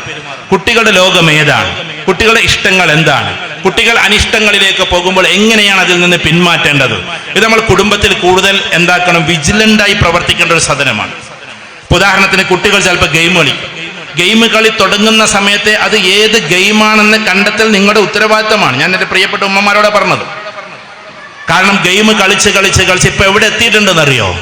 അങ്ങനെ പറയുമ്പോൾ നിങ്ങൾക്കും തോന്നരുത് ഞാൻ സിനിമയുമായി ബന്ധമില്ല, ഞാൻ സിനിമ കാണാറുമില്ല, പക്ഷേ അതിന് അനലൈസ് ചെയ്യാറുണ്ട്.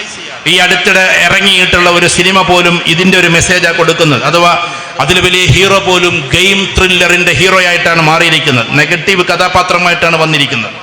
അതിന്റെ സെക്കൻഡ് വേർഷനും വരാൻ പോവാണ്. അഥവാ ഗെയിം കളിച്ച് മനുഷ്യന്റെ പ്രകൃതത്തെ മാറ്റുന്ന ഒരു രൂപത്തിലേക്ക് ഇറങ്ങുന്ന സിനിമകളും വായിക്കുന്ന വായനകളും ഒക്കെ ആയിക്കഴിഞ്ഞു.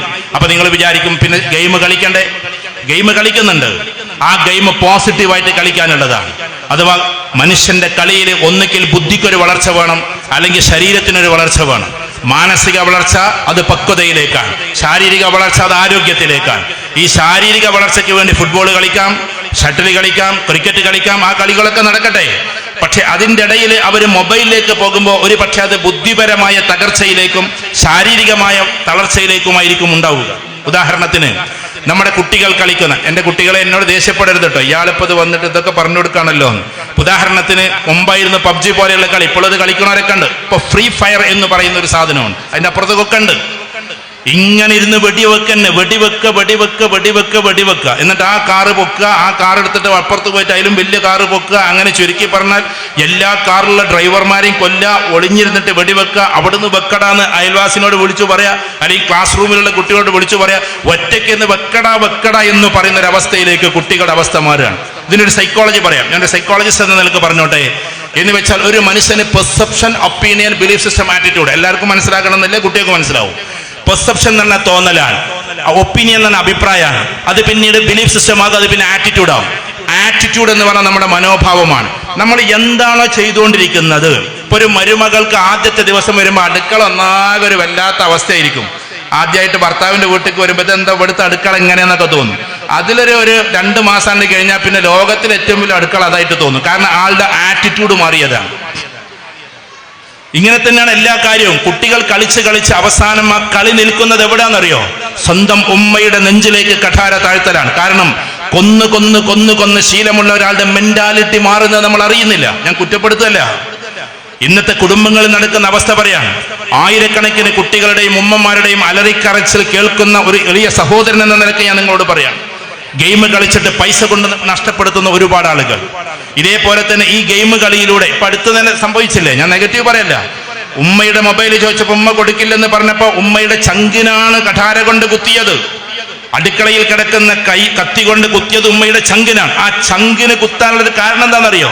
കാരണം ഇവരുടെ ഗെയിമിൽ കംപ്ലീറ്റ് കുത്തുന്നതൊക്കെ ചങ്കിനാണ്. നിങ്ങളതിന്റെ ഹിസ്റ്ററി ഒന്ന് പഠിച്ചു നോക്ക്.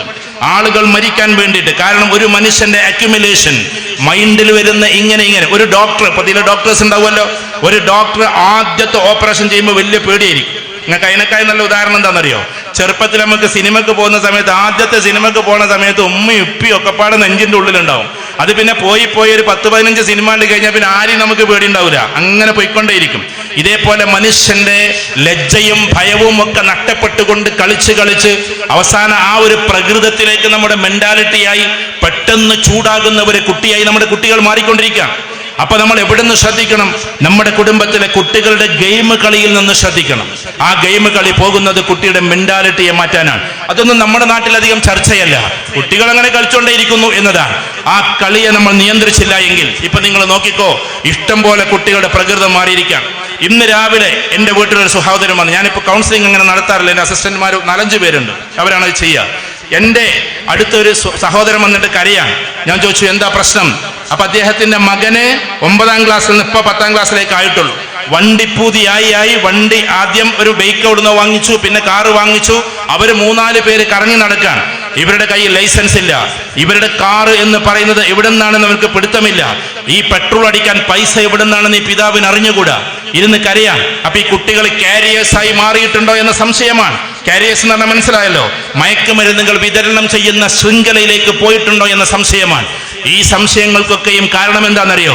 നമ്മൾ വേണ്ട രീതിയിൽ മാനിക്കാതെ സ്നേഹിക്കാതെ പോകുന്നത് കൊണ്ടല്ല, കുട്ടികളെ വേണ്ട രീതിയിൽ മനസ്സിലാകാതെ പോകുന്നത് കൊണ്ടും അവരെപ്പോഴാണ് വഴിതിരിയുന്നത് എന്ന് അറിയാത്തത് കൊണ്ടുമാണ്. ഈ മയക്കുമരുന്നിലേക്ക് ഇന്ന് എത്ര ആളുകൾ, അപ്പോൾ നിങ്ങൾ കേട്ട് മടുത്തിട്ടുണ്ടാവും. എന്നാലും ഞാൻ എൻ്റെ എക്സ്പീരിയൻസുകൾ പറയാണ്. എന്ന് വെച്ചാൽ നമ്മൾ അറിയാതെ നമ്മുടെ വീട്ടിലേക്ക്, നമ്മുടെ കുട്ടികളിലേക്ക് ഇത് കയറി വരികയാണ്. കുട്ടികൾ പോലും അറിയുന്നില്ല. കാരണം എന്താണെന്നറിയോ? കുട്ടികൾ ഒരു പക്ഷേ സ്കൂളിലെ ടൂറിന്റെ അന്നോ, അല്ലെങ്കിൽ ഫ്രണ്ട്സ് മാത്രമുള്ള ടൂറിന്റെ അന്നോ, അല്ലെങ്കിൽ ബർത്ത്ഡേ പാർട്ടിയുടെ തലേ ദിവസമോ, അല്ലെങ്കിൽ ബർത്ത്ഡേ പാർട്ടിയുടെ അന്നോ, അല്ലെങ്കിൽ വിവാഹ ദിവസത്തിന്റെ തലേ ദിവസമോ, അല്ലെങ്കിൽ നമ്മുടെ നാടുകളിൽ കുറെ പൂരങ്ങളും നേർച്ചകളും ഉണ്ടല്ലോ, അതിന്റെ തലേ ദിവസത്തെ രാത്രികളോ, ഇതൊക്കെയാണ് ഈ കുട്ടികളുടെ ഇടങ്ങൾ. കാരണം 12 മണി വരേക്കും അവർക്ക് ലൈസൻസ് കൊടുക്കുന്ന ഒരു സമയം അതാണ്. ആ സമയത്ത് നമ്മൾ കുട്ടികളെങ്ങനെ സ്ട്രിക്റ്റ് ആക്കണമെന്നല്ല, ഈ സമയങ്ങളിൽ കുട്ടികൾ ആഘോഷത്തിമർപ്പോട് കൂടി പോകുമ്പോൾ അവന്റെ സുഹൃത്ത് കൊടുക്കുന്ന ഒരു സിഗരറ്റിൽ നിന്നുമാണ് ഇത് തുടങ്ങുന്നത്. സത്യത്തിൽ അവൻ അറിയില്ല ഈ സിഗരറ്റിന്റെ ഉള്ളിൽ മറ്റുള്ള കാര്യം കൂടി ഉണ്ടെന്ന്. അത് വെറും സിഗരറ്റ് അല്ല എന്ന്. നമ്മളിപ്പോ ഈ സിഗരറ്റ് എന്ന് പറയുന്നൊരു സാധനമുണ്ട്. ആ സാധനം വരെ കഞ്ചാവിൽ അവൈലബിൾ ആണ് എന്നതാണ് ഇന്നത്തെ കാലഘട്ടം.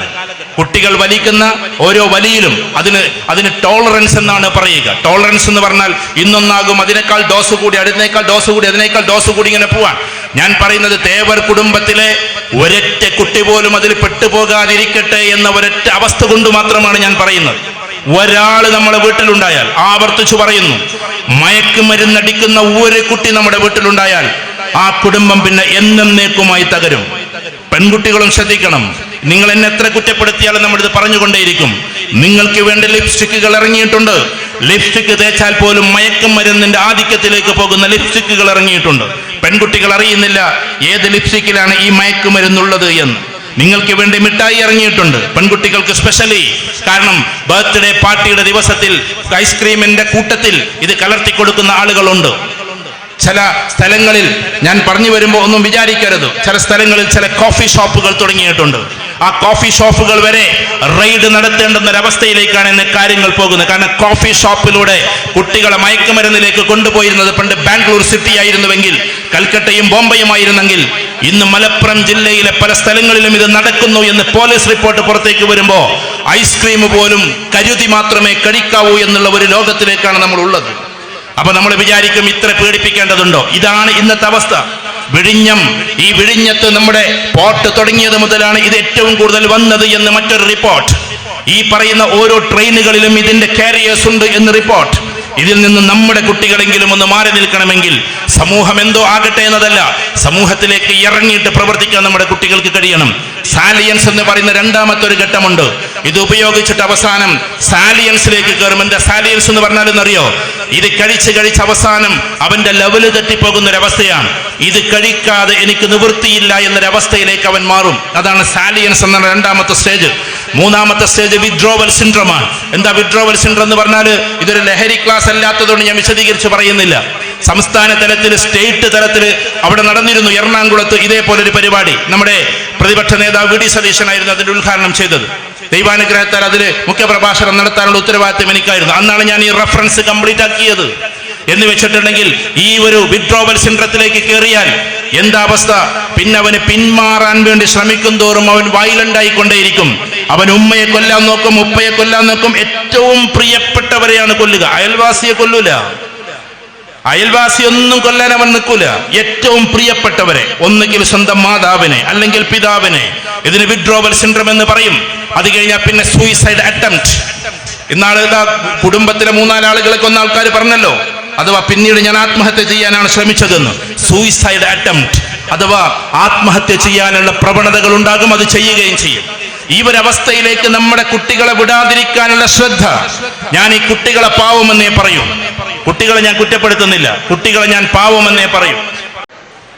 അപ്പോൾ ഏതായിരുന്നാലും വളരെ കുറഞ്ഞ വാക്കുകൾ നമ്മുടെ പ്രിയങ്കരനായ MLA ഇന്നത്തെ കാലഘട്ടവുമായി ബന്ധപ്പെടുത്തി നമ്മൾ സംസാരിച്ചു കൊണ്ടിരിക്കുന്നതിൻ്റെ തുടർച്ചയാണ് പറഞ്ഞത്. അതിൽ ജാഗരൂകരാകാനാണ്, അതിൽ ശ്രദ്ധിക്കാനാണ് നമ്മളോട് പറഞ്ഞത്. ഇതൊരു കേവലം ഉപദേശമായി ഒരു വയല് കേൾക്കും പോലെ നിങ്ങൾ കേൾക്കരുത്. ഇപ്പോൾ വയല് പറയാനും പ്രസംഗിക്കാനൊക്കെ ധാരാളം ആൾക്കാരുണ്ട്. നമ്മളെല്ലാവരും കുറേ കാലങ്ങളൊക്കെ അത് ചെയ്തവരുമാണ്. പക്ഷേ ഇപ്പോൾ നമ്മൾ വളരെ ശ്രദ്ധയോടുകൂടി ചെയ്യേണ്ടുന്നൊരു സമയമാണ്.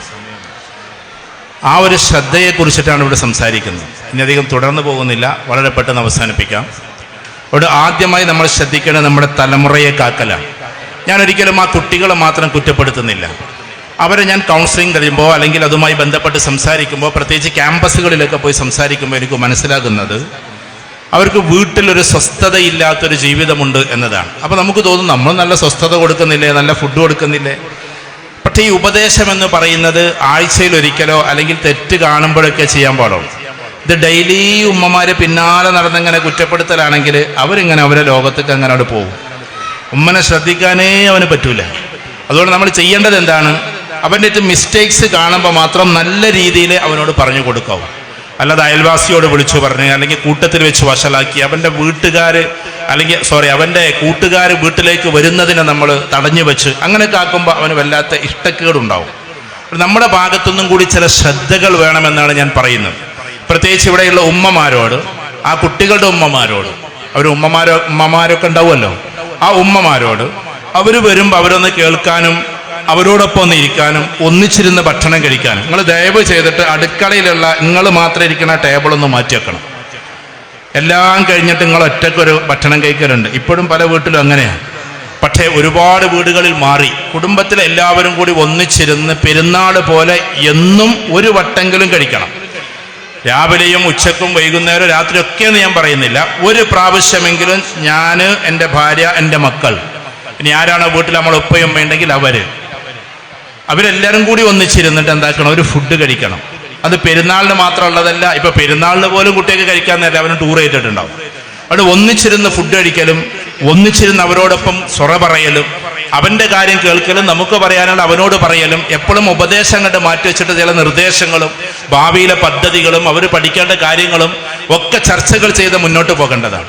ഇന്നത്തെ ഒരു കാലത്ത് നമ്മൾ സ്ത്രീകളായ നമ്മൾ, ഈ ഇരിക്കുന്ന ആളുകൾ അല്ലെങ്കിൽ ഇതുപോലെയുള്ള ആളുകൾ, നിങ്ങളെ കുറ്റപ്പെടുത്തുന്നില്ല, നമ്മളും തന്നെ മൊബൈലിലേക്ക് ഒളിഞ്ഞു പോയിരിക്കുക. ഇപ്പൊ കുട്ടികളൊക്കെ വ്ളോഗ് ചെയ്യാണ്.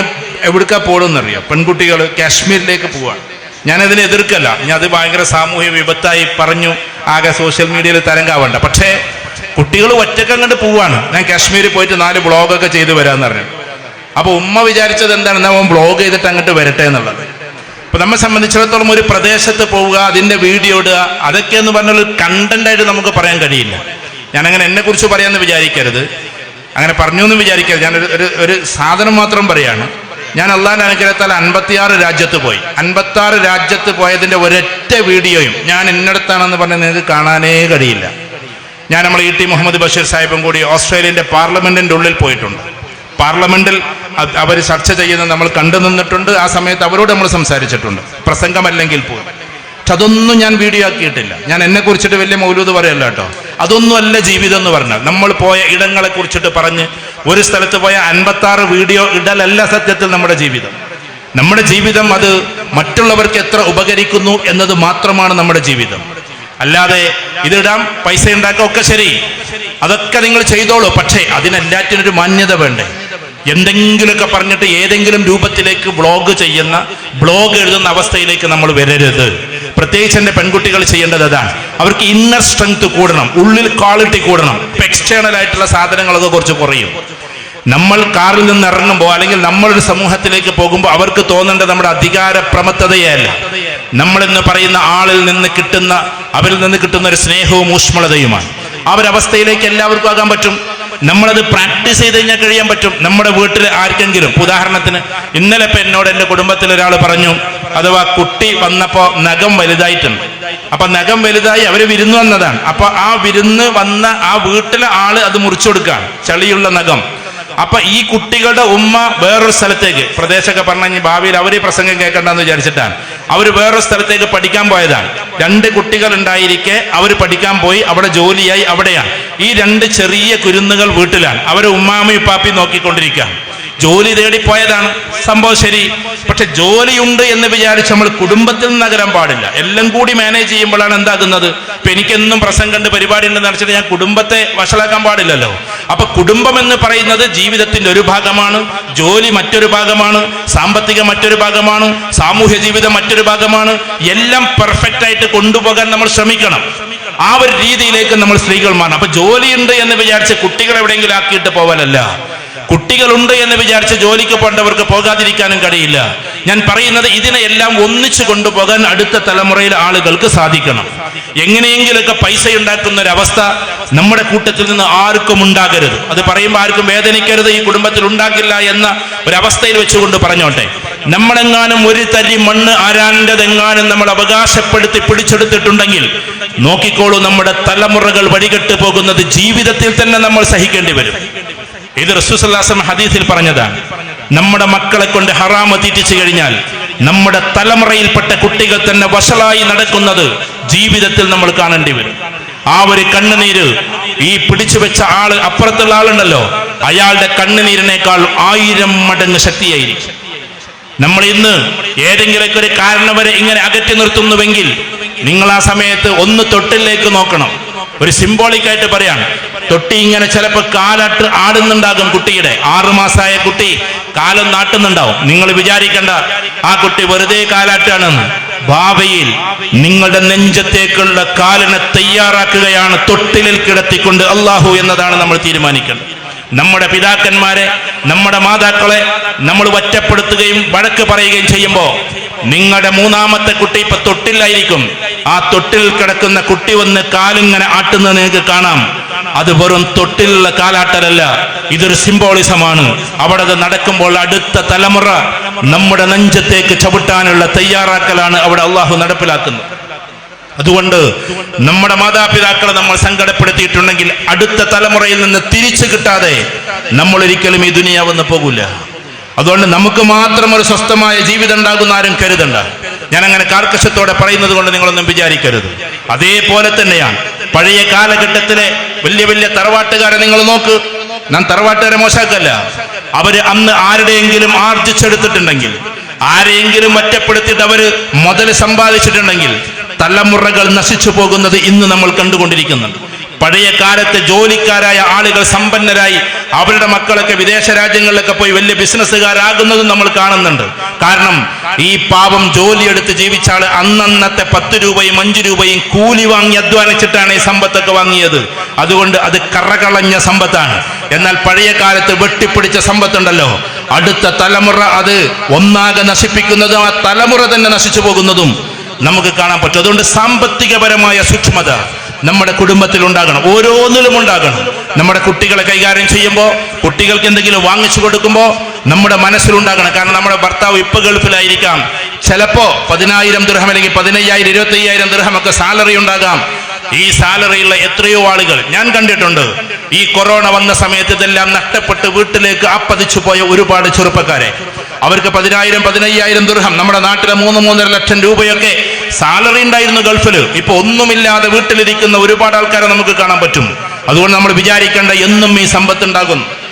ഞാൻ ഈ കാസർഗോഡ് മലപ്പുറം എല്ലാവരും കൂടി ഉണ്ടായതുകൊണ്ട് കുറ്റപ്പെടുത്താന്ന് വിചാരിക്കരുത്. നമ്മളൊക്കെ കണക്ക് തന്നെയാണ് ഈ കാര്യത്തിൽ. കാരണം നമ്മുടെ പുയ്യാപ്പിളാര് അങ്ങോട്ട് പോയാൽ അവർ പുയ്യാപ്പിള എന്നാ പറയാ. അപ്പൊ പുയ്യാപ്പിളാർ അങ്ങോട്ട് പോയി കഴിഞ്ഞാൽ അവരയക്കുന്ന പൈസയിൽ നിന്ന് മിച്ചം വെച്ചിട്ട് ഒരു തുണ്ട് ഭൂമി വാങ്ങിക്കാൻ നമ്മളിൽ ആരും തയ്യാറാകാറില്ല. എന്നാൽ പാലയിലുള്ള, അങ്ങോട്ട് പത്തനംതിട്ടയിലുള്ള, അപ്പുറത്ത് കൊല്ലത്തും തിരുവനന്തപുരത്തുമുള്ള സ്ത്രീകൾ, ഞാൻ അവരെ മാനിക്കുന്നു, അവരെ സ്നേഹിക്കുന്നു. ആ സ്ത്രീകൾ എന്താ ചെയ്യാന്നറിയോ? ഭർത്താവ് അയച്ചു കൊടുക്കുന്ന 20,000 മാസത്തിലെ രൂപയിൽ നിന്ന് 5,000 രൂപ മിച്ചം വെച്ച് അതൊരു കുറിയിൽ ചേർന്ന കുറി അടിച്ചാൽ ആ കുറി കൊണ്ടൊരു ഭൂമി വാങ്ങി, അത് പിന്നെ 2 കൊല്ലം കഴിഞ്ഞ് വിറ്റ് വേറൊരു ഭൂമി വാങ്ങി. ആ സാമർത്ഥ്യം അവിടുത്തെ പെണ്ണുങ്ങൾക്കുണ്ട്. ഞാൻ അവരെ മാത്രം അനുമോദിക്കല്ല. എന്നിട്ട് ഈ ഭർത്താവ് 20 കൊല്ലം കഴിഞ്ഞിട്ട് ഗൾഫെല്ലാം അവസാനിപ്പിച്ച് വീട്ടിലേക്ക് വരുമ്പോ 1 കോടി രൂപ അങ്ങോട്ട് തിരിച്ചു കൊടുക്കുന്ന സ്ത്രീകളെ ധാരാളം നമുക്ക് തെക്കുഭാഗത്ത് കാണാം. എന്നാൽ മലബാറിന്റെ നമ്മുടെ മണ്ണിൽ, കാസർഗോഡ് മുതൽ ഈ മലപ്പുറത്തിന്റെ ഈ അപ്പുറത്തുള്ള ചാവക്കാട് വരെയുള്ള നമ്മുടെ സഹോദരിമാർ അവസാനം എങ്ങാനും 20 കൊല്ലം കഴിഞ്ഞ് ഭർത്താവ് വന്നു കഴിഞ്ഞാൽ ഇവിടെ കുറെ കടങ്ങളാക്കി വെച്ചിട്ടുണ്ടാകുമെന്നതല്ലാതെ തിരിച്ചങ്ങട്ട് കൊടുക്കാൻ ഈ സ്ത്രീകൾക്ക് സാധിക്കാറില്ല. ഞാൻ നിങ്ങളെ കുറ്റപ്പെടുത്തല്ല. ഇതെന്തുകൊണ്ടാണെന്നറിയോ? ഫിനാൻഷ്യൽ ഡിസിപ്ലിൻ എന്ന് പറയുന്ന ഒരു സാധനമില്ലാത്തത് കൊണ്ടാണ്. സാമ്പത്തിക അച്ചടക്കം എന്ന് പറയുന്നത്, അച്ചടക്കം തന്നെ വെറും ഒരു ജീവിതത്തിൽ അച്ചടക്കമല്ല, അതിൽ ഏറ്റവും പ്രധാനപ്പെട്ട അച്ചടക്കമാണ് ഫിനാൻഷ്യൽ ഡിസിപ്ലിൻ, സാമ്പത്തിക അച്ചടക്കം. ആ സാമ്പത്തിക അച്ചടക്കത്തിന്റെ ഭാഗമായിട്ട് എന്താ, നമ്മളിപ്പോ എന്തെങ്കിലും ഒരു മാമൂലുകൾ കൊണ്ടുവരും. ഞാൻ മാമൂലുകൾക്കെതിരാണെന്ന് വിചാരിക്കരുത്. ഞാനൊരു പ്രസ്ഥാനത്തിന്റെയും ആളല്ല. അങ്ങനെ നിങ്ങൾ പ്രാസ്ഥാനികമായി നിങ്ങൾ ചിന്തിക്കരുത്. ഞാൻ കേരളത്തിന്റെ കഥ പറയുന്നു. ഏതെങ്കിലും ഒരാൾക്ക് പണ്ടിടാൻ വേണ്ടിയിട്ട് നമ്മളിപ്പോ സ്വർണത്തിന്റെ വില എത്രയാണ്? ജ്വല്ലറിക്കാർ ക്ഷമിക്കണം ഞാൻ ഈ പറയുമ്പോൾ. സ്വർണത്തിന് ഇപ്പൊ 70,000 കടന്നു പോയിക്കൊണ്ടിരിക്കുകയാണ്. ആ സമയത്ത് 1 പവൻ എടുക്കാൻ 70,000 രൂപയുടെ അപ്പുറത്തേക്ക് കൂലി അടക്കം വേണമെന്നിരിക്കെ, ഈ സാധുവിനുള്ള ജോലി ചിലപ്പോൾ 25,000 രൂപ മിച്ചം വെക്കുന്നു എന്നിരിക്കെ, ഇയാളുടെ 3 മാസത്തെ ശമ്പളമാണ് നിങ്ങൾ ഈ കളിക്കുന്ന കളികളെല്ലാം. ഇയാൾ 3 മാസം ഈ അറബിയുടെ വീട്ടിലും അവിടുത്തെ ഓഫീസിലും തുടച്ചും അദ്ദേഹത്തിന്റെ ചീത്ത കേട്ടും വടക്ക് കേട്ടും ഉണ്ടാക്കിയിട്ടുള്ള ഈ സമ്പത്ത് കൊണ്ട് നമ്മൾ കൂളായിട്ട് പോയിട്ട് സമ്പത്ത് മാറ്റിക്കൊണ്ടിരിക്കുക, അല്ലെങ്കിൽ ജ്വല്ലറിയിൽ മാറ്റിക്കൊണ്ടിരിക്കുകയാണ്. ഞാൻ ഇതിനൊന്നും എതിരല്ല പറയുന്നത്. പക്ഷേ സാമ്പത്തിക അച്ചടക്കമില്ലാതെ വരുമ്പോ നമ്മൾ ഇതെല്ലാം ചെയ്തുകൊണ്ടേയിരിക്കും. മാമൂലുകളാണ് നമ്മൾ ഭക്ഷണം കഴിച്ചത് കൊണ്ടല്ല, നമ്മൾ മാമൂലുകൾ ചെയ്തിട്ട് മാത്രമാണ് നമ്മുടെ സാമ്പത്തിക അച്ചടക്കം തകർന്നിട്ടുള്ളത്. അതുകൊണ്ട് മാമൂലുകളല്ല നമ്മുടെ ഏറ്റവും വലിയ കാര്യമെന്ന് നമ്മൾ പഠിക്കണം. മാറ്റിയിടുന്ന ഡ്രസ്സുകളല്ല. ഒന്ന് കണ്ടിട്ടുണ്ടോ? പ്രധാനപ്പെട്ട ആളുകളൊക്കെ കാണുമ്പോൾ അവരൊക്കെ എന്നും ഒരേ ഡ്രസ്സിലായിരിക്കും കാണുക. APJ അബ്ദുൽ കലാം ഈ ലോകത്തോട് ഇവിടെ പറഞ്ഞ അന്ന് പത്രങ്ങൾ നിങ്ങൾ നോക്ക്, 4 ഡ്രസ്സ് മാത്രം. ആ 4 ഡ്രസ്സും എല്ലാം ഒരേ കളർ മാത്രം. APJ Abdul Kalam ZZZ category protection ഉള്ള ആളായിരുന്നു. ഒന്ന്, ഇന്ത്യയുടെ പ്രസിഡന്റ് ആയിരുന്നു എന്നത്. മറ്റൊന്ന്, അദ്ദേഹം മിസൈൽ മാൻ എന്ന പേരിൽ ടെക്നിക്കൽ ലെവൽ സയന്റിസ്റ്റ് ആയിരുന്നു എന്നത്. ആ മനുഷ്യന് ആകെ ഉണ്ടായിരുന്നത് കേവലം 4 ഡ്രസ്സുകളാണ്. ഒരേ ഡ്രസ് ഇട്ടു എന്നതിന്റെ പേരിൽ ആരും നമുക്ക് മോശമൊന്നും പറയില്ല. ഡ്രസ് കോഡ് മാറ്റി ഇടുക എന്ന് പറഞ്ഞാൽ എത്രയാ അതിന്റെ കവര? ഒരു കല്യാണത്തിന് 15,000 രൂപയുടെ ഡ്രസ്സ് വേണം നമുക്ക്. 3 ഡ്രസ് എടുക്കുമ്പോഴേ 4 ഡ്രസ് എടുക്കുമ്പോഴേക്ക് ഈ 15,000 രൂപ കൊണ്ട് എന്തൊക്കെ ചെയ്യാം? ഞാൻ ഇതൊന്നും എതിര് പറയല്ല. പക്ഷേ നമ്മൾ ചിന്തിക്കേണ്ടിയിരിക്കുന്നു. നമ്മുടെ ജീവിതത്തിൽ ഫിനാൻഷ്യൽ ഡിസിപ്ലിൻ നിർബന്ധമാണ്. നമ്മുടെ കുട്ടികളെ നല്ല ഫിനാൻഷ്യൽ ഡിസിപ്ലിനിലൂടെ വളർത്തണം. അവർക്ക് കൊടുക്കേണ്ട സമയത്ത് കൊടുക്കണം, അല്ലാത്ത സമയത്ത് കൊടുക്കാതിരിക്കണം. കുട്ടികൾക്ക് ബൈക്ക് വാങ്ങിച്ചു കൊടുക്കുന്നു, അവർ പിന്നെ അതിന്റെ അപ്പുറത്തേക്ക് ചോദിക്കുന്നു. എന്നിട്ട് 1.5 ലക്ഷം രൂപയുടെ ബൈക്ക് പിന്നെ 15 ലക്ഷത്തിലേക്ക് മാറ്റുന്നു. എന്നിട്ട് ഈ ഗെയിമിൽ കണ്ടതുപോലെ ട്രാക്കുകൾ മാറ്റിയിട്ട്, നിങ്ങൾ കണ്ടിട്ടില്ലേ പുതിയ ട്രാക്ക് വന്നപ്പോ ഏറ്റവും കൂടുതൽ അപകടകരമായി പോയിക്കൊണ്ടിരിക്കുന്നത് ബൈക്ക് ഓടിക്കുന്ന കുട്ടികളാണ്. ഒഫീഷ്യലി ഓടിക്കുന്ന ബൈക്കുകാരെ കുറിച്ചെല്ലാം പറയുന്നത്. ഇങ്ങനെ ഡൂക്ക് പോലെയുള്ള ബൈക്കെല്ലാം എടുത്തിട്ട് ഇങ്ങനെ 8 വരച്ചു കൊണ്ടുപോകുന്ന കുട്ടികൾ നമ്മൾ കാണുന്നു. എന്താണ് ട്രാക്കിന്റെ നിയമമെന്ന് അവരറിയുന്നില്ല. ഇതാ ഇപ്പൊ ഈ ട്രാക്ക് വന്നു കഴിഞ്ഞാൽ ഏറ്റവും കൂടുതൽ അപകടം വരാൻ പോകുന്നത് ബൈക്ക് ആക്സിഡന്റുകളാണ് എന്ന് പറയപ്പെടുന്നു. കാരണം ബൈക്കുകാർ സിഗ്നൽ ഒന്നും ഇല്ലാതെ ഇങ്ങനെ പോയിക്കൊണ്ട് എത്ര 1000 കുട്ടികളാണ് ഒരു വർഷത്തിൽ ഈ കേരളക്കരയിൽ പൊലിഞ്ഞുകൊണ്ടിരിക്കുന്നത്. അതുകൊണ്ട് എന്റെ പ്രിയപ്പെട്ടവരോട് ജാഗരൂകരായി നമ്മളെ കുടുംബത്തെ മുന്നോട്ട് കൊണ്ടുപോവുക. ഇതിന്റെ മറ്റൊരു ഭാഗം കൂടിയാണ് നമ്മുടെ കുടുംബത്തിലെ സ്നേഹങ്ങൾ കുറ്റിയേറ്റ് പോകുന്നത്. നമ്മൾ പരസ്പരം വീര്യത്തിലാണ്. ഞാൻ നമ്മളെന്ന് പറയുമ്പോൾ നിങ്ങളെ കുറിച്ച് പറയാമെന്ന് വിചാരിക്കരുത്. ഉദാഹരണത്തിന് ജ്യേഷ്ഠന്റെ ഭാര്യ ഒരു അവസ്ഥയിൽ, അനുജന്റെ ഭാര്യ ഒരു അവസ്ഥയിൽ, ഇവര് തമ്മിൽ മിണ്ടാട്ടമില്ലാത്ത അവസ്ഥയിൽ ഇങ്ങനെ പോയാൽ ജീവിതം എവിടെയാകും? നമ്മളെ കുടുംബത്തിലൊരു കാരണവരുണ്ട്, ആ കാരണവർ നല്ല പ്രതാപിയാണ്, അപ്പൊ അയാളോട് മത്സരിച്ച് നമ്മളും അങ്ങനെ ആരാണ് പിന്നെ ഏറ്റവും വലുത് എന്നുള്ള രീതിയിലേക്ക് പോകുന്നു. ചിലപ്പോൾ 2 രാഷ്ട്രീയമാകാം, 2 സംഘടനയാകാം, അങ്ങനെ കുടുംബത്തിലേക്ക് തർക്കങ്ങൾ കൊണ്ടുവരുന്നു. ഇതൊക്കെ എന്തിനാണ് നമ്മൾ നടപ്പിലാക്കുന്നത്? നമ്മൾ എപ്പോഴും വിനയത്തോടു കൂടി നിൽക്കണം. ആളുകൾ മുകളിൽ നിൽക്കട്ടെ, നമ്മൾ എപ്പോഴും നിമിത്തമാകാനാണ് ശ്രമിക്കേണ്ടത്, ഒരിക്കലും ആളാകാൻ ശ്രമിക്കരുത്. ആളാകാൻ ശ്രമിക്കുമ്പോൾ ഒരുപാട് അപകടങ്ങൾ ഉണ്ടാകും. കുടുംബത്തിൽ ആളാകുന്നവരുണ്ട്, കുടുംബത്തിൽ നിമിത്തമാകുന്നവരുണ്ട്. നിങ്ങളിപ്പോ ഇവിടെ ഇരിക്കുന്നു, ദാ അപ്പുറത്തെ ഹാളിന്റെ ഉള്ളിൽ കിടന്നിട്ട് ചെറുപ്പക്കാരെ കിടന്ന് പായുന്നുണ്ടാവും. അവര് ഭക്ഷണത്തിന് വേണ്ടിയിട്ട് ഈ പ്രസംഗം അവർ കേൾക്കുന്നില്ല, നിങ്ങളെ കാണുന്നില്ല, നിങ്ങൾ കാണുന്നു പോലുമില്ല അവര്. എന്നിട്ടും അവിടെ പുക കൊണ്ടിട്ട് അവർ ഓടുന്നുണ്ടാകും. അത് നിമിത്തമാകലാണ്. നിങ്ങൾക്കിന്ന് ഉച്ചക്ക് ഭക്ഷണം കഴിക്കണമെന്ന നിമിത്തം അവരെ ഇത് കാണുന്നു പോലുമില്ല. പാവം മക്കള്, അവരെ നിങ്ങൾ മാനിക്കണം. ഭക്ഷണത്തിന് പോയി ഇരിക്കുമ്പോ നിങ്ങൾ കഴിച്ചടാ എന്നൊരു ചോദ്യമെങ്കിലും ചോദിക്കുന്നില്ലെങ്കിൽ പിന്നെ നമ്മുടെ സ്നേഹത്തിന്റെ പേരെന്താണ്? നമ്മൾ ചിലപ്പോൾ സപ്ലൈ ചെയ്യുന്ന മക്കളെ കാണും. എന്നോടൊരിക്കലും ഒരു കുട്ടി ചോദിച്ചിട്ടുണ്ട്, 3 മണിയോളായി കിടന്നിട്ട് പായാണ് വലിയ കല്യാണത്തില്. ഞാൻ ചോദിച്ചു, മക്കളെ നിങ്ങൾ ഭക്ഷണം കഴിച്ചോ എന്ന് വെച്ചപ്പോ ആ കുട്ടീനോട് പറഞ്ഞ വാക്കെന്താണെന്നറിയോ? നിങ്ങളെങ്കിലും ഇതൊന്ന് ചോദിച്ചല്ലോ എന്നുള്ളതാണ്. സപ്ലയർമാരെന്ന് പറഞ്ഞാൽ നമ്മൾ കൂലിപ്പണിക്കാരൊന്നുമല്ല. ഇതാ ഇവിടെ ഇന്ന് സപ്ലൈ ചെയ്യുന്ന പാവം കുട്ടികളുണ്ടാവും. അവരൊക്കെ ഈ സഹനതയോട് കൂടിയിട്ട് തന്നെ പോകുന്നത്. അതുകൊണ്ട് കുടുംബത്തിലെ യുവാക്കളെ നമ്മൾ കണ്ടറിയണം. ഈ യുവാക്കൾ ആരാണ്? അവർ നമ്മൾ എടുത്തു പറക്കാൻ കെൽപ്പുള്ള ആളുകളാണ്. അതുകൊണ്ട് അവരെ സ്നേഹിക്കാൻ നമുക്ക് പറ്റണം. ഇനി നമ്മുടെ കുടുംബത്തിൽ ഏതെങ്കിലും ഒരു കുട്ടിയുടെ അടുക്കൽ നിന്ന് മിസ്റ്റേക്ക് വന്നു എന്ന് വെക്കുക. ആ കുട്ടി ചിലപ്പോൾ മദ്യപാനത്തിലേക്കോ അല്ലെങ്കിൽ എന്തെങ്കിലും ഒന്നിലേക്ക് പോയി, ആ കുട്ടിയെ നല്ല തന്മയത്വത്തോടു കൂടി തിരിച്ചു കൊണ്ടുവരാനാണ് നമ്മൾ ശ്രമിക്കേണ്ടത്. ദയവ് ചെയ്ത് അവനെ ഒറ്റപ്പെടുത്തരുത്. മഹല്ലുകൾ കൈകാര്യം ചെയ്യുന്ന തേവരപ്പറമ്പിലെ കുടുംബത്തിലെ കാരണന്മാരോട് ഞാൻ പറയുന്നു, മഹല്ല് അടിസ്ഥാനത്തിൽ ഏതെങ്കിലും ഒരു കുടിയനായ ഒരു കുട്ടിയെ കണ്ടെത്തിയാൽ റസൂലുള്ളാഹി സ്വല്ലല്ലാഹു അലൈഹി വസല്ലമയുടെ രീതി, സഹാബാക്കളുടെ രീതി അവനെ തന്മയത്വത്തോട് മാറ്റലാണ്, അല്ലാതെ മഹല്ലിൽ നിന്ന് വെട്ടിമാറ്റലല്ല. മഹല്ലിൽ നിന്ന് വെട്ടിമാറ്റി ഞാൻ പറയുമ്പോൾ നിങ്ങൾക്ക് സങ്കടം തോന്നരുത്. മഹല്ല് എന്ന പേര് പോലും വെട്ടിമാറ്റാൻ പോകുന്നൊരവസ്ഥയിലൂടെയാണ് നമ്മൾ കടന്നു പോകുന്നത്. ഒന്നും കൂടി പറയാം, മഹല്ല് എന്ന പേര് പോലും വെട്ടിമാറ്റാൻ പോവാൻ ചർച്ചകൾ തുടങ്ങിയിട്ടുണ്ട്. എന്ന് വെച്ചാൽ കേരളം എന്ന സ്റ്റേറ്റില്ലേ, അതിൽ ജില്ലകളില്ലേ, താലൂക്കില്ലേ, പഞ്ചായത്തില്ലേ, അതിൽ വാർഡുകളില്ലേ, പിന്നെ എന്തിനാണ് മഹല്ല് എന്നുള്ള ഒരു ചോദ്യം വരാൻ അധികം താമസമില്ലാത്ത ഒരു കാലത്താണ് നമ്മൾ നിൽക്കുന്നത്. അതിന് അജയ്യമായ രീതിയിൽ നേരിടാനുള്ള കരുത്തോടെ നിൽക്കേണ്ട നമ്മൾ ഏറ്റവും വലിയ സാഹൂദത്തോടു കൂടി, സ്നേഹത്തോടു കൂടിയാണ് നിൽക്കേണ്ടത്. ആ ഒരു അവസ്ഥയാണ് സംജാതമായിട്ടുള്ളത്. അതുകൊണ്ട് ആദ്യം അത് തുടങ്ങേണ്ടത് നമ്മുടെ കുടുംബത്തിൽ നിന്നാണ്. കുടുംബത്തിലെ എല്ലാവരും സ്നേഹത്തോടു കൂടി കഴിയലാണ്. ഭാര്യ ഭർത്താക്കന്മാർ ഈഗോയിസ്റ്റുകളാണ്, അഥവാ പരസ്പരം ഈഗോ. 3 പദമാണ്, EGO. ഈ ഈഗോ എന്ന പദമാണ് നമ്മളെ ഇത്ര വഷളാക്കുന്നത്. അത് തന്നെയാണ് ശൈത്താനെയും വഷളാക്കിയത്. അനാനിയത്ത് എന്നാണ് അതിന് അറബിയിൽ പറയുക. ഞാനെന്ന ഭാവം. ഭാര്യയും ഭർത്താവും തമ്മിലൊന്ന് പിണങ്ങിക്കിടക്കും. പിണക്കൊക്കെ നല്ലത്, അപ്പോഴേ സ്നേഹം നല്ല രസമായിട്ടുണ്ടാവുള്ളൂ. അല്ലാതെ പിണങ്ങാത്ത സ്നേഹത്തിന് വലിയ വാല്യൂ ഒന്നുമില്ല. അങ്ങോട്ടും ഇങ്ങോട്ടും തെറ്റിക്കിടന്നാൽ ഈ ഭാര്യ പോയിട്ട് പാവം അയാളെ ഒന്ന് തോണ്ടിയാൽ പോലും അപ്പൊ പിന്നെ സ്ട്രോങ് കൂടാണ് ഇവിടെ. കാരണം ഈഗോയാണ്. ആ ഈഗോയെ മാറ്റാൻ നമുക്ക് പറ്റണ്ടേ? എത്ര രസകരമായിട്ട് ആ ജീവിതം മുന്നോട്ട് പോകും. മവദ്ദത്തും വറഹ്മ എന്നാണ് വിശുദ്ധ ഖുർആൻ പറഞ്ഞത്. മവദ്ദത്തും വറഹ്മ എന്ന് പറഞ്ഞാൽ പരസ്പരം പ്രണയവും പിന്നെ കാരുണ്യവും എന്നാണ്. ആ കാരുണ്യം നമുക്കുണ്ടാകണം. കല്യാണം കഴിക്കുന്ന സമയത്ത് ഈ പ്രായം ചെന്ന സ്ത്രീകളൊക്കെ നമുക്ക് ബഹുമാനപ്പെട്ടവരും വയസ്സാകുന്ന സമയത്ത് നടക്കാൻ വയ്യാതെ നിൽക്കുമ്പോൾ അവരുടെ കയ്യം പിടിച്ചുകൊണ്ട് ആൾക്കൂട്ടത്തിലൂടെ സ്നേഹത്തോടു കൂടി നടക്കുന്നതിന്റെ പേരാണ് കാരുണ്യം. അവരെ തളർന്നു കഴിഞ്ഞാൽ 2 കൈയിലും എടുത്ത് നടക്കുന്നതിന്റെ പേരാണ് കാരുണ്യം. അതുകൊണ്ട് വിശുദ്ധ ഖുർആൻ മവദ്ദത്തും വറഹ്മ എന്ന് പറഞ്ഞത് പരസ്പരം സ്നേഹം മാത്രം പോരാ, കാരുണ്യവും ഉണ്ടാകണമെന്ന് പറഞ്ഞത്. പാരലൈസ്ഡ് ആയിട്ടുള്ള ഒരു ഭാര്യയുണ്ടെങ്കിൽ, പാരലൈസ്ഡ് ആയിട്ടുള്ള ഒരു ഭർത്താവ് ഉണ്ടെങ്കിൽ, നിങ്ങൾ ഒരുപാട് കേട്ടതായിരിക്കും ആ സംസാരം. ഏറ്റവും കൂടുതൽ കേരളക്കരയിൽ എന്നല്ല ലോകത്തിൽ തന്നെ ഏറ്റവും കൂടുതൽ ഈ അറ്റാക്ക് ഉണ്ടാകുന്നത് പുരുഷന്മാർക്കാണ്. നിങ്ങൾ കേൾക്കുന്ന ഒരു വാക്കായിരിക്കും. കാരണം സ്ട്രെസ് കൊണ്ട് തലയിലേക്ക് കയറ്റിക്കേറ്റത് മനസ്സിലേക്ക് ഇറങ്ങിയിട്ട് ഇരുണ്ട മുഖത്തോടു കൂടിയും ഇരുണ്ട ഹൃദയത്തോടു കൂടിയും നടന്നിട്ട് എവിടെയോ സ്റ്റക്കായി പോകുന്നത് മുഴുവനും പുരുഷന്മാരാണ്. കാരണം അവർ പുറത്തേക്ക് ഈ കാര്യങ്ങൾ പറയുന്നില്ല, സ്ട്രെസ്സോട് കൂടി ജീവിക്കാൻ. എന്നാൽ സ്ത്രീകളാകട്ടെ എല്ലാവരോടും ഇത് പറയും, എങ്ങനെങ്കിലും കരഞ്ഞിട്ടെങ്കിലും തീർക്കും. അതുകൊണ്ട് സ്ത്രീകൾക്ക് അറ്റാക്ക് വരുന്നത് വളരെ കുറവാണ്. ഡോക്ടേഴ്സ് ഉണ്ടെങ്കിൽ അതിന്റെ കണക്കുകൾ അവർ പറഞ്ഞുതരും.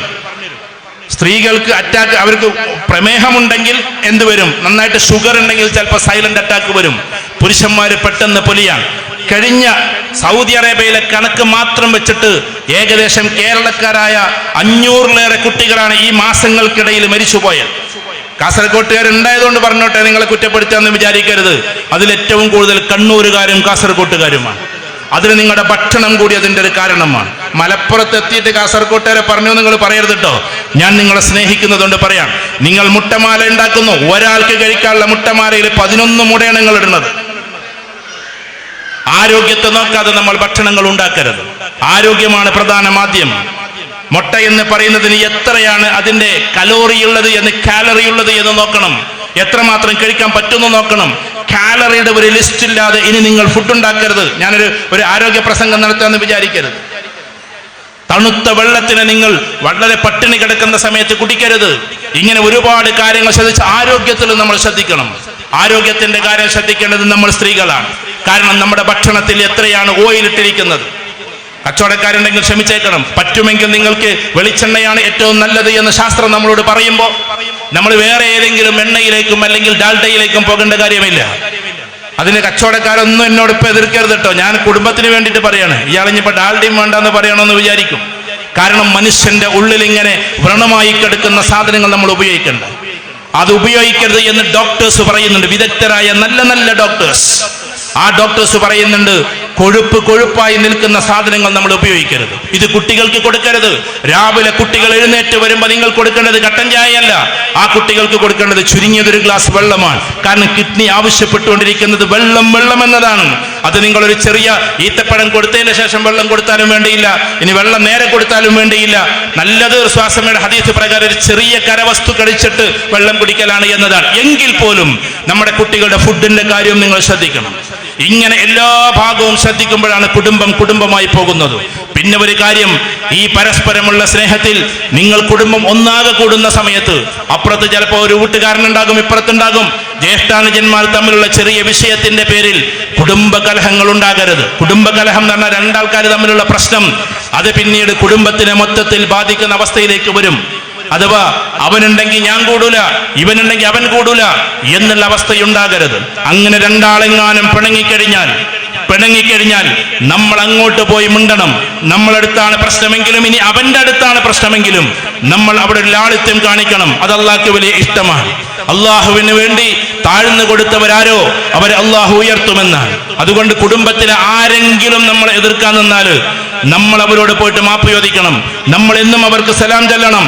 എന്നും സലാം ചൊല്ലിയിട്ടും സലാം മടക്കാത്ത ആളുകളുണ്ടെങ്കിൽ നാളെ ആഖിറത്തിൽ വെച്ച് അവർ അള്ളാഹുവിനെ കണ്ടുമുട്ടുമ്പോൾ അവർ സഹിച്ചോളും. അതല്ലാതെ നമ്മുടെ ഭാഗത്തു നിന്ന് ഒരിക്കലും ഒരാളോട് എന്നേക്കുമായിട്ടുള്ള എതിർപ്പുണ്ടാകരുത്. ചില കുടുംബത്തിൽ അങ്ങനെ വാശിയുള്ള ആൾക്കാരുണ്ടാവും. എത്ര മാപ്പ് വെച്ചാലും മാപ്പ് കൊടുക്കാത്തവർ, എത്ര സലാം ചൊല്ലിയാലും തിരിച്ച് സലാം ചൊല്ലാത്തവർ. അത് നമ്മൾ നോക്കേണ്ട കാര്യമില്ല. ഉസ്താദ് പറഞ്ഞു, നീ മാപ്പ് ചോദിക്ക്, അഫ്ഷുസ്സലാം, നീ അവനോട് സലാം ചെയ്തുകൊണ്ടേയിരിക്കും, സലാം ചൊല്ലിക്കൊണ്ടേയിരിക്കും. സലാം ചൊല്ലിയിട്ടും അവൻ മടക്കുന്നില്ലെങ്കിൽ പിന്നെ നിന്റെ ഉത്തരവാദിത്തം കഴിഞ്ഞു, നീ അതിൽ നിന്ന് മുക്തനാണ് എന്ന് റസൂലുള്ളാഹി സ്വല്ലല്ലാഹു അലൈഹി വസല്ലം പറഞ്ഞിട്ടുണ്ട്. അതുകൊണ്ട് നമ്മൾ അങ്ങോട്ട് പോയിട്ട് മാപ്പ് ചോദിക്കുക. നമ്മൾ ആൾക്കാർക്ക് വേണ്ടി കാത്തു നിൽക്കരുത്.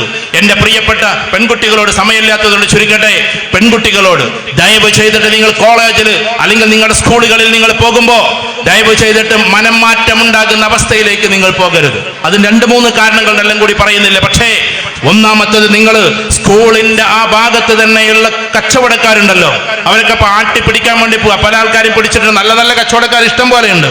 അവിടെ അവരറിയാതെ എന്ത് വിൽക്കുന്നുണ്ട്? പാൻപരാഗ് വിൽക്കുന്നുണ്ട്, അവരറിയാതെ അതിന്റെ അപ്പുറത്തേക്കുള്ളത് വിൽക്കുന്നുണ്ട്, അവർ ഹാൻഡ്സ് വിൽക്കുന്നുണ്ട്, പിന്നെ മയക്കുമരുന്നിലേക്ക് കൊണ്ടുപോകുന്നുണ്ട്. ഈ ചെറിയ തള്ളിപ്പൊലി കടക്കാരാണ് ഇതിന്റെ കാരണക്കാർ എന്നൊരിക്കൽ ഡിവൈഎസ്പിയുടെ സംസാരത്തിൽ നമുക്ക് മനസ്സിലായി. മറ്റന്നാളും ഇവിടെ പരിപാടി നടക്കുന്നുണ്ട്, അദ്ദേഹം വരുന്നുണ്ട്, നമ്മൾ ആ പരിപാടിയിൽ പങ്കെടുക്കുന്നുണ്ട്. എന്റെ പ്രിയപ്പെട്ടവരെ, ഈ ചെറിയ സാധനത്തിൽ നിന്ന് പെൺകുട്ടികൾ തുടങ്ങുകയാണ്. ഇതേപോലെ തന്നെ അവർക്കൊരു പ്രത്യേക ക്ലബ്ബ് എന്ന് പറഞ്ഞത് തുടങ്ങുകയാണ്. ഇതേപോലെ തന്നെ അവര് നാളെ ഞാൻ നോക്കുമ്പോൾ നമ്മുടെ അങ്ങാടിയൊന്നും ഞാൻ പറയുന്നില്ല, അവിടെ ഹോട്ടലിന്റെ മുമ്പിൽ ഈ നോമ്പിന്റെ സമയത്ത്, നോമ്പിന്റെ തറാവീഹ് അപ്പുറത്തെ പള്ളിയിൽ നടന്നുകൊണ്ടിരിക്കുന്നത്. ആ സമയത്ത് ഏതോ സ്കൂളിലെ +2 ആൺകുട്ടികളും പെൺകുട്ടികളും കൂടി ഒന്നിച്ചിട്ട് അവരുടെ ഒരു വലിയ സെലിബ്രേഷൻ പരിപാടി നടത്താൻ. ഞാനിങ്ങനെ നോക്കുമ്പോൾ ഞാൻ അവിടെ കാറ് നിർത്തിയിട്ട് എന്നെ അവർ കണ്ടിട്ടില്ല. അങ്ങാടി ഞാൻ പറയുന്നില്ല, കാരണം നെഗറ്റീവ് ആയതുകൊണ്ട്. ഞാൻ തറാവീഹ് നിസ്കരിക്കാൻ വേണ്ടിയിട്ട് ഇങ്ങനെ പോവാൻ നിൽക്കുക. കാർ അവിടെ നിർത്തി, നമ്മുടെ കാറിൽ നിന്നൂടെ ജസ്റ്റ് നോക്കുമ്പോൾ +2 കഴിഞ്ഞിട്ട് ഇപ്പൊ ഡിഗ്രിക്ക് പോകുന്ന കുട്ടികളാണ്. അവരവിടെ നിന്നിട്ട് കെട്ടിപ്പിടിക്കുന്നു, അവരവിടെ നിന്നിട്ട് കൈകാലും കളുപ്പിന് അതാക്കുന്നു ഇതാക്കുന്നു, എങ്ങനെയൊക്കെയോ ചെയ്യുന്നു. ഹോട്ടലുകാർക്കും പ്രശ്നമില്ല, ആർക്കും പ്രശ്നമില്ല. കാരണം എന്താ? ഇപ്പൊ ചോദിച്ചാൽ പ്രശ്നമാണ്. ഇത് ഏത് കുട്ടികളാണ്? എന്റെ പ്രിയപ്പെട്ട പെൺകുട്ടികളെ, എപ്പോഴും നമ്മൾ ഒരു റാണിയെ പോലെ നിൽക്കണം. റാണികൾ ഒരിക്കലും അങ്ങോട്ട് പോയി ചേരാറില്ല, റാണിയിലേക്ക് എല്ലാവരും ഇങ്ങോട്ട് വരാറാണ്. റാണിയെ കുറിച്ച് നിങ്ങൾ പഠിക്കണം. റാണി എന്ന് പറഞ്ഞാൽ ഒരിക്കലും അങ്ങോട്ട് ചേക്കേറി പോകുന്ന ആളല്ല. നമ്മളൊരു ബെസ്റ്റ് റാണിയായി നിൽക്കണം. സ്വഭാവം കൊണ്ട്, പ്രകൃതി കൊണ്ട്, വാല്യൂസ് കൊണ്ട്, മൂല്യങ്ങളെ കൊണ്ട് നമ്മളൊരു റാണിയെ പോലെ നിൽക്കണം. ആളുകൾ ഇങ്ങോട്ട് ആകർഷിക്കട്ടെ, അവരോടൊപ്പം നിൽക്കാൻ നമുക്കുണ്ടാകില്ല. നമ്മുടെ വാല്യൂസ് അതിനെ അനുവദിക്കില്ല എന്ന് ഉയർത്തി പറയാൻ നമുക്ക് പറ്റണം. പെൺകുട്ടികൾ പ്രത്യേകം ശ്രദ്ധിക്കണം. ദയവ് ചെയ്തിട്ട് തേവർ പറമ്പിലെ ഒരൊറ്റ ഉമ്മയും കരയുന്ന ഒരു അവസ്ഥ നിങ്ങൾ ഉണ്ടാക്കരുത്. ആരും ഉണ്ടാക്കരുത് കേരളക്കരയിൽ എന്നാണ് നമ്മുടെ അഭിലഷണീയം, നമ്മുടെ പ്രാർത്ഥനയും അതാണ്. പക്ഷേ തേവർ പറമ്പിലെ ഒരു ഉമ്മയുടെ നേരെ കൈ ചൂണ്ടിക്കൊണ്ട് ഞാൻ ഈ തള്ളയുടെ കൂടെ പോകില്ല, ഞാൻ ഇവന്റെ കൂടെ പോകുമെന്ന് എന്നെങ്കിലും പറയുന്ന ഒരു കുട്ടി ഈ തേവർ പറമ്പിൽ കുടുംബത്തിൽ നിന്ന് ഉണ്ടാകാതിരിക്കട്ടെ എന്നാണ് നമ്മുടെ പ്രാർത്ഥന. അത് നെഞ്ച് പൊട്ടുന്നതാണ്. അത് മനുഷ്യന്റെ കരളിനെ വല്ലാണ്ട് ലയിപ്പിക്കുന്നതാണ്, കരളിനെ വല്ലാതെ നഷ്ടപ്പെടുത്തുന്നതാണ്. അങ്ങനെ തീവ്രമായ നമ്പരത്തിലേക്ക് നമ്മുടെ കുട്ടികൾ കടന്നു പോകുന്നതിന് മുമ്പേ അവരെ കൂട്ടുകാരികളായി നിങ്ങൾ കാണണം. അവരെ ഒറ്റപ്പെടുത്താതെ അവരെ സ്നേഹം കൊണ്ട് മുത്തം വെക്കണം. ഇവിടെയുള്ള ഉമ്മമാരോട് ചോദിച്ചാൽ ഇപ്പൊ പെൺകുട്ടികൾക്ക് മുത്തം കിട്ടാറില്ല എന്നാണ് എനിക്ക് തോന്നിയിട്ടുള്ളത്. കാരണം ഉമ്മാര് അവരെങ്ങനെ വല്ലാണ്ട് അവിടെ അടിക്ക് ഇവിടെ തുടക്ക് എന്നൊക്കെ പറഞ്ഞിങ്ങനെ കൊണ്ടുപോവാ, എന്നിട്ട് കെട്ടിക്കുന്നത് ഇവരെ അങ്ങനെ കൊണ്ടുപോകും. കല്യാണത്തിന്റെ അന്ന് പുതിയണ്ണിറങ്ങുന്ന അന്ന് അവസരം കിട്ടിയാൽ ഒരു ഉമ്മ കൊടുക്കും. അന്നും മരിച്ചെടുക്കണമെന്നും കൊടുക്കാനുള്ളതിന്റെ പേരല്ല ഉമ്മ എന്ന് പറഞ്ഞാൽ, അഥവാ ചുംബനം കൊടുക്കേണ്ടത് അവർ നല്ല കാര്യം ചെയ്താലും ചെയ്തില്ലെങ്കിലും ജസ്റ്റ് സ്കൂളിലേക്ക് പോകുമ്പോ, കോളേജിലേക്ക് പോകുമ്പോ ഉമ്മ ഞാൻ പോയിട്ടോ അസ്സലാമു അലൈക്കും എന്ന് കൈ കൊടുക്ക്. ആ സമയത്തൊന്ന് ഇങ്ങനെ മെല്ലെ ചാരത്ത് ചേർക്ക്, എന്നിട്ട് നെറ്റിയിലൊരു മുത്തം കൊടുക്ക്. ഇങ്ങനെ വളർത്തിയ ഒരു കുട്ടിയും, ഞാൻ ഉറപ്പിച്ചു പറയുന്നു, ഉമ്മയെ ഇങ്ങനെ കണ്ട ഒരു കുട്ടിയും വഴിതെറ്റിപ്പോകാൻ ഒരു സാധ്യതയുമില്ല. ഇത് ഉമ്മമാരോട് ചോദിച്ചാൽ സ്വന്തം മക്കൾക്ക് ഉമ്മ കൊടുത്തിട്ട് എത്രയോ കാലായിട്ടുണ്ടാവും. അതുകൊണ്ട് ഇവിടെ ഒരുപാട് മരുമക്കൾ ഇരിക്കുന്നുണ്ടാവും. ആ മരുമക്കളെയും നമ്മൾ അങ്ങനെ കാണണം. ഇവിടെ ഞാൻ ചോദിക്കുമ്പോൾ നിങ്ങൾക്കൊന്നും തോന്നരുത്, നിങ്ങൾ നിങ്ങളുടെ സ്വന്തത്തിനോട് ചോദിച്ചു നോക്ക്. മരുമക്കൾക്ക് നെറ്റിയിൽ ഉമ്മ കൊടുത്ത എത്ര അമ്മായിമ്മമാരുണ്ട് ഇവിടെ? മരുമക്കളൊക്കെ ഇരുന്ന് അങ്ങനെ ചിരിക്കുകയാണ്. ആ ചിരിക്കൊരു മറുവശം കൂടി പറയാം. അമ്മായിമ്മമാർക്ക് ഉമ്മ കൊടുത്ത എത്ര മരുമക്കളുണ്ട് ഇവിടെ? അപ്പൊ ഒരു മൂകാവും. കാരണം അമ്മായിമ്മമാർ അങ്ങനെ ഉമ്മായിട്ട് കണ്ടിട്ടില്ല, മരുമക്കളെ എന്തായിട്ടില്ല കണ്ടിട്ടില്ല. എല്ലായിടത്തും ഞാൻ പറയുന്നില്ല കേട്ടോ. മരുമക്കളെ പിടിച്ച് കൂട്ടുകാരിയാക്കുക. പറ്റുമെങ്കിൽ നിക്കാഹി കഴിഞ്ഞിട്ട് ഒരു കൊല്ലം ഉണ്ടാവും, അല്ലെ 6 മാസമൊക്കെ ഉണ്ടാവുമല്ലോ കൂട്ടിക്കൊണ്ടുപോകാൻ. ആ സമയത്ത് ഭർത്താവിന് മാത്രം വിളിച്ചാൽ പോരാ, അമ്മായിമ്മനെ കുപ്പിയിലാക്കണം. അങ്ങനെ പറയുമ്പോൾ തോന്നരുത്. മരുമകളും അമ്മായിമ്മയും കൂടി പെരും കമ്പനി ആവണം. 6 മാസത്തിന്റെ ഇടയിൽ ഭർത്താവിനോട് മാത്രം സംസാരിച്ച, കാരണം നിക്കാഹി കഴിഞ്ഞല്ലോ, പിന്നെ അമ്മായിമ്മയാണല്ലോ.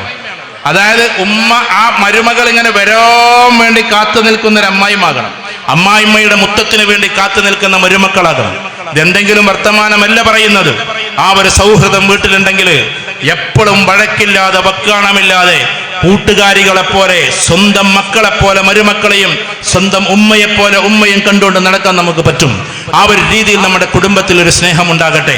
ഭാര്യ ഭർത്താക്കന്മാർ തമ്മിൽ എന്തെങ്കിലും പ്രയാസങ്ങൾ ഉണ്ടെങ്കിൽ എന്നേക്കുമായി നമ്മൾ ട്രെയിനിലൊക്കെ കണ്ടിട്ടില്ല. എനിക്കതൊക്കെ ഒരു അത്ഭുതകരമായ കാഴ്ചയാണ്. രാത്രി ട്രെയിനിൽ വരുമ്പോൾ അപ്പുറത്ത് ചിലപ്പോൾ 80 വയസ്സായൊരു വയസ്സനുണ്ടാവും, 75 വയസ്സായൊരു സ്ത്രീ ഉണ്ടാവും. എന്നിട്ട് ആ വയസ്സൻ പറഞ്ഞൊക്കെ എന്തെന്നറിയോ, നീ താഴത്ത് കിടന്നോ, നീ മേലെ കിടക്കണ്ട, എന്നിട്ട് വിരിച്ചൊടുക്കലൊക്കെ ഈ പാവായിരിക്കും.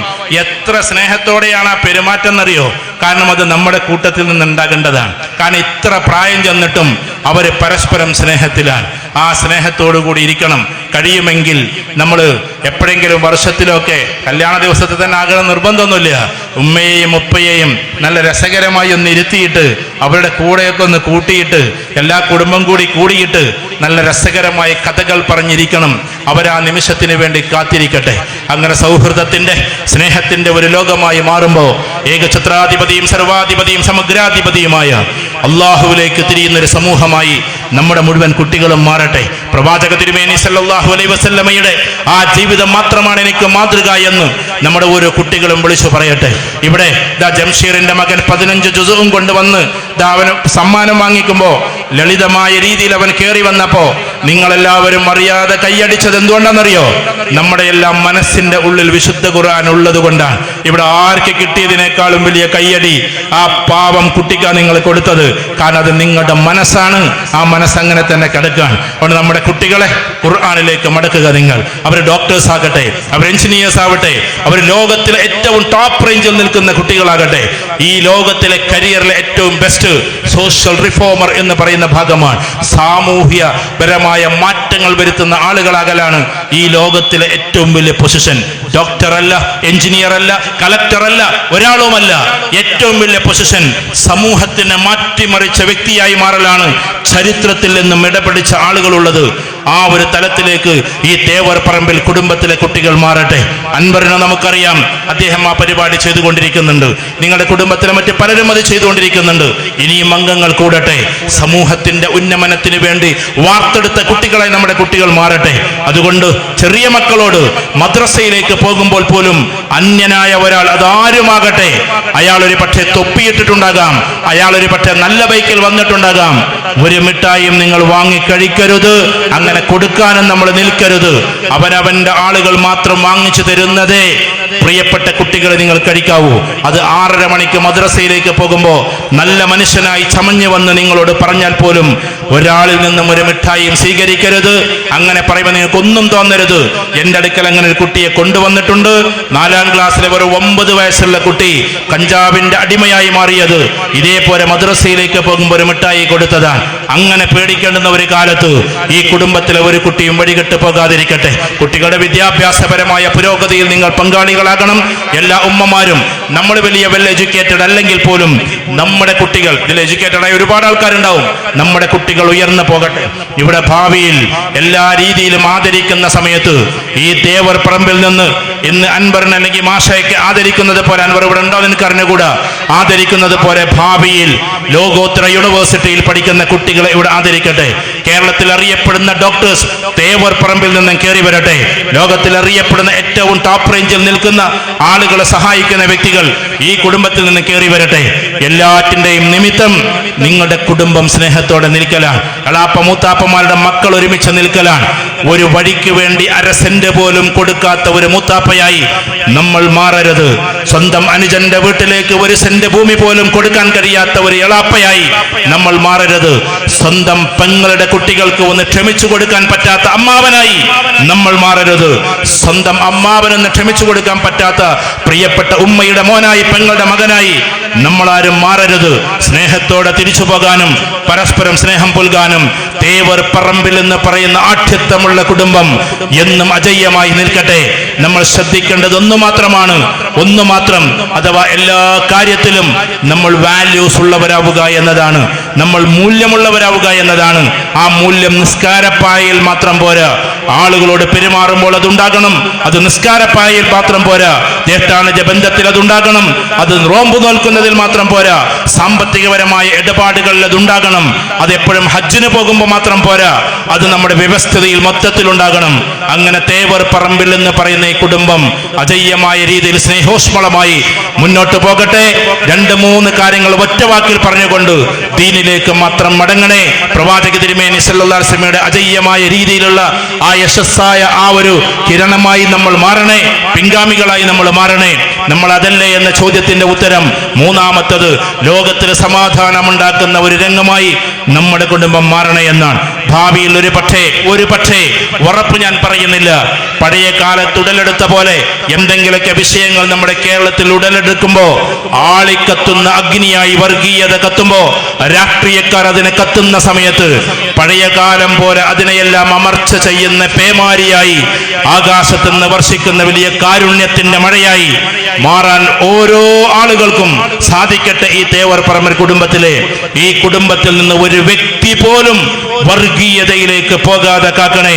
ഒരു പ്രസ്ഥാനത്തിന്റെ പേരിലും ഒരു രാഷ്ട്രീയത്തിന്റെ പേരിലും ഒരാളോട് അപമതിക്കുന്ന രീതിയിലോ മോശമായി പെരുമാറുന്ന രീതിയിലോ കൊലവിളി നടത്തുന്ന രീതിയിലോ ഈ കുടുംബത്തിലെ ഒരു കുട്ടിയും കടന്നു പോകരുതേ. അഭിമാനത്തോടെ അന്തസ്സോടെ കാലാനുസൃതമായി കാലത്തോടൊപ്പം ആ കാലം അവസാനിക്കുന്നതോടുകൂടി നമ്മളും അവസാനിച്ചു പോകട്ടെ. അഥവാ ആ ശൃംഖല കാലം അവസാനിക്കുന്നത് പോലെ നമ്മുടെ ജീവിതം മുന്നോട്ട് പോകട്ടെ. കാലത്തിനോടൊപ്പം കാലം അവസാനിക്കുമ്പോൾ മാത്രം അവസാനിക്കുന്ന ഒരു കുടുംബമായി നമ്മൾ മാറട്ടെ എന്ന പ്രാർത്ഥനയോടെ വാഹിറു ദഅവാന അനിൽ ഹംദുലില്ലാഹി റബ്ബിൽ ആലമീൻ. അസ്സലാമു അലൈക്കും വറഹ്മത്തുള്ളാഹി.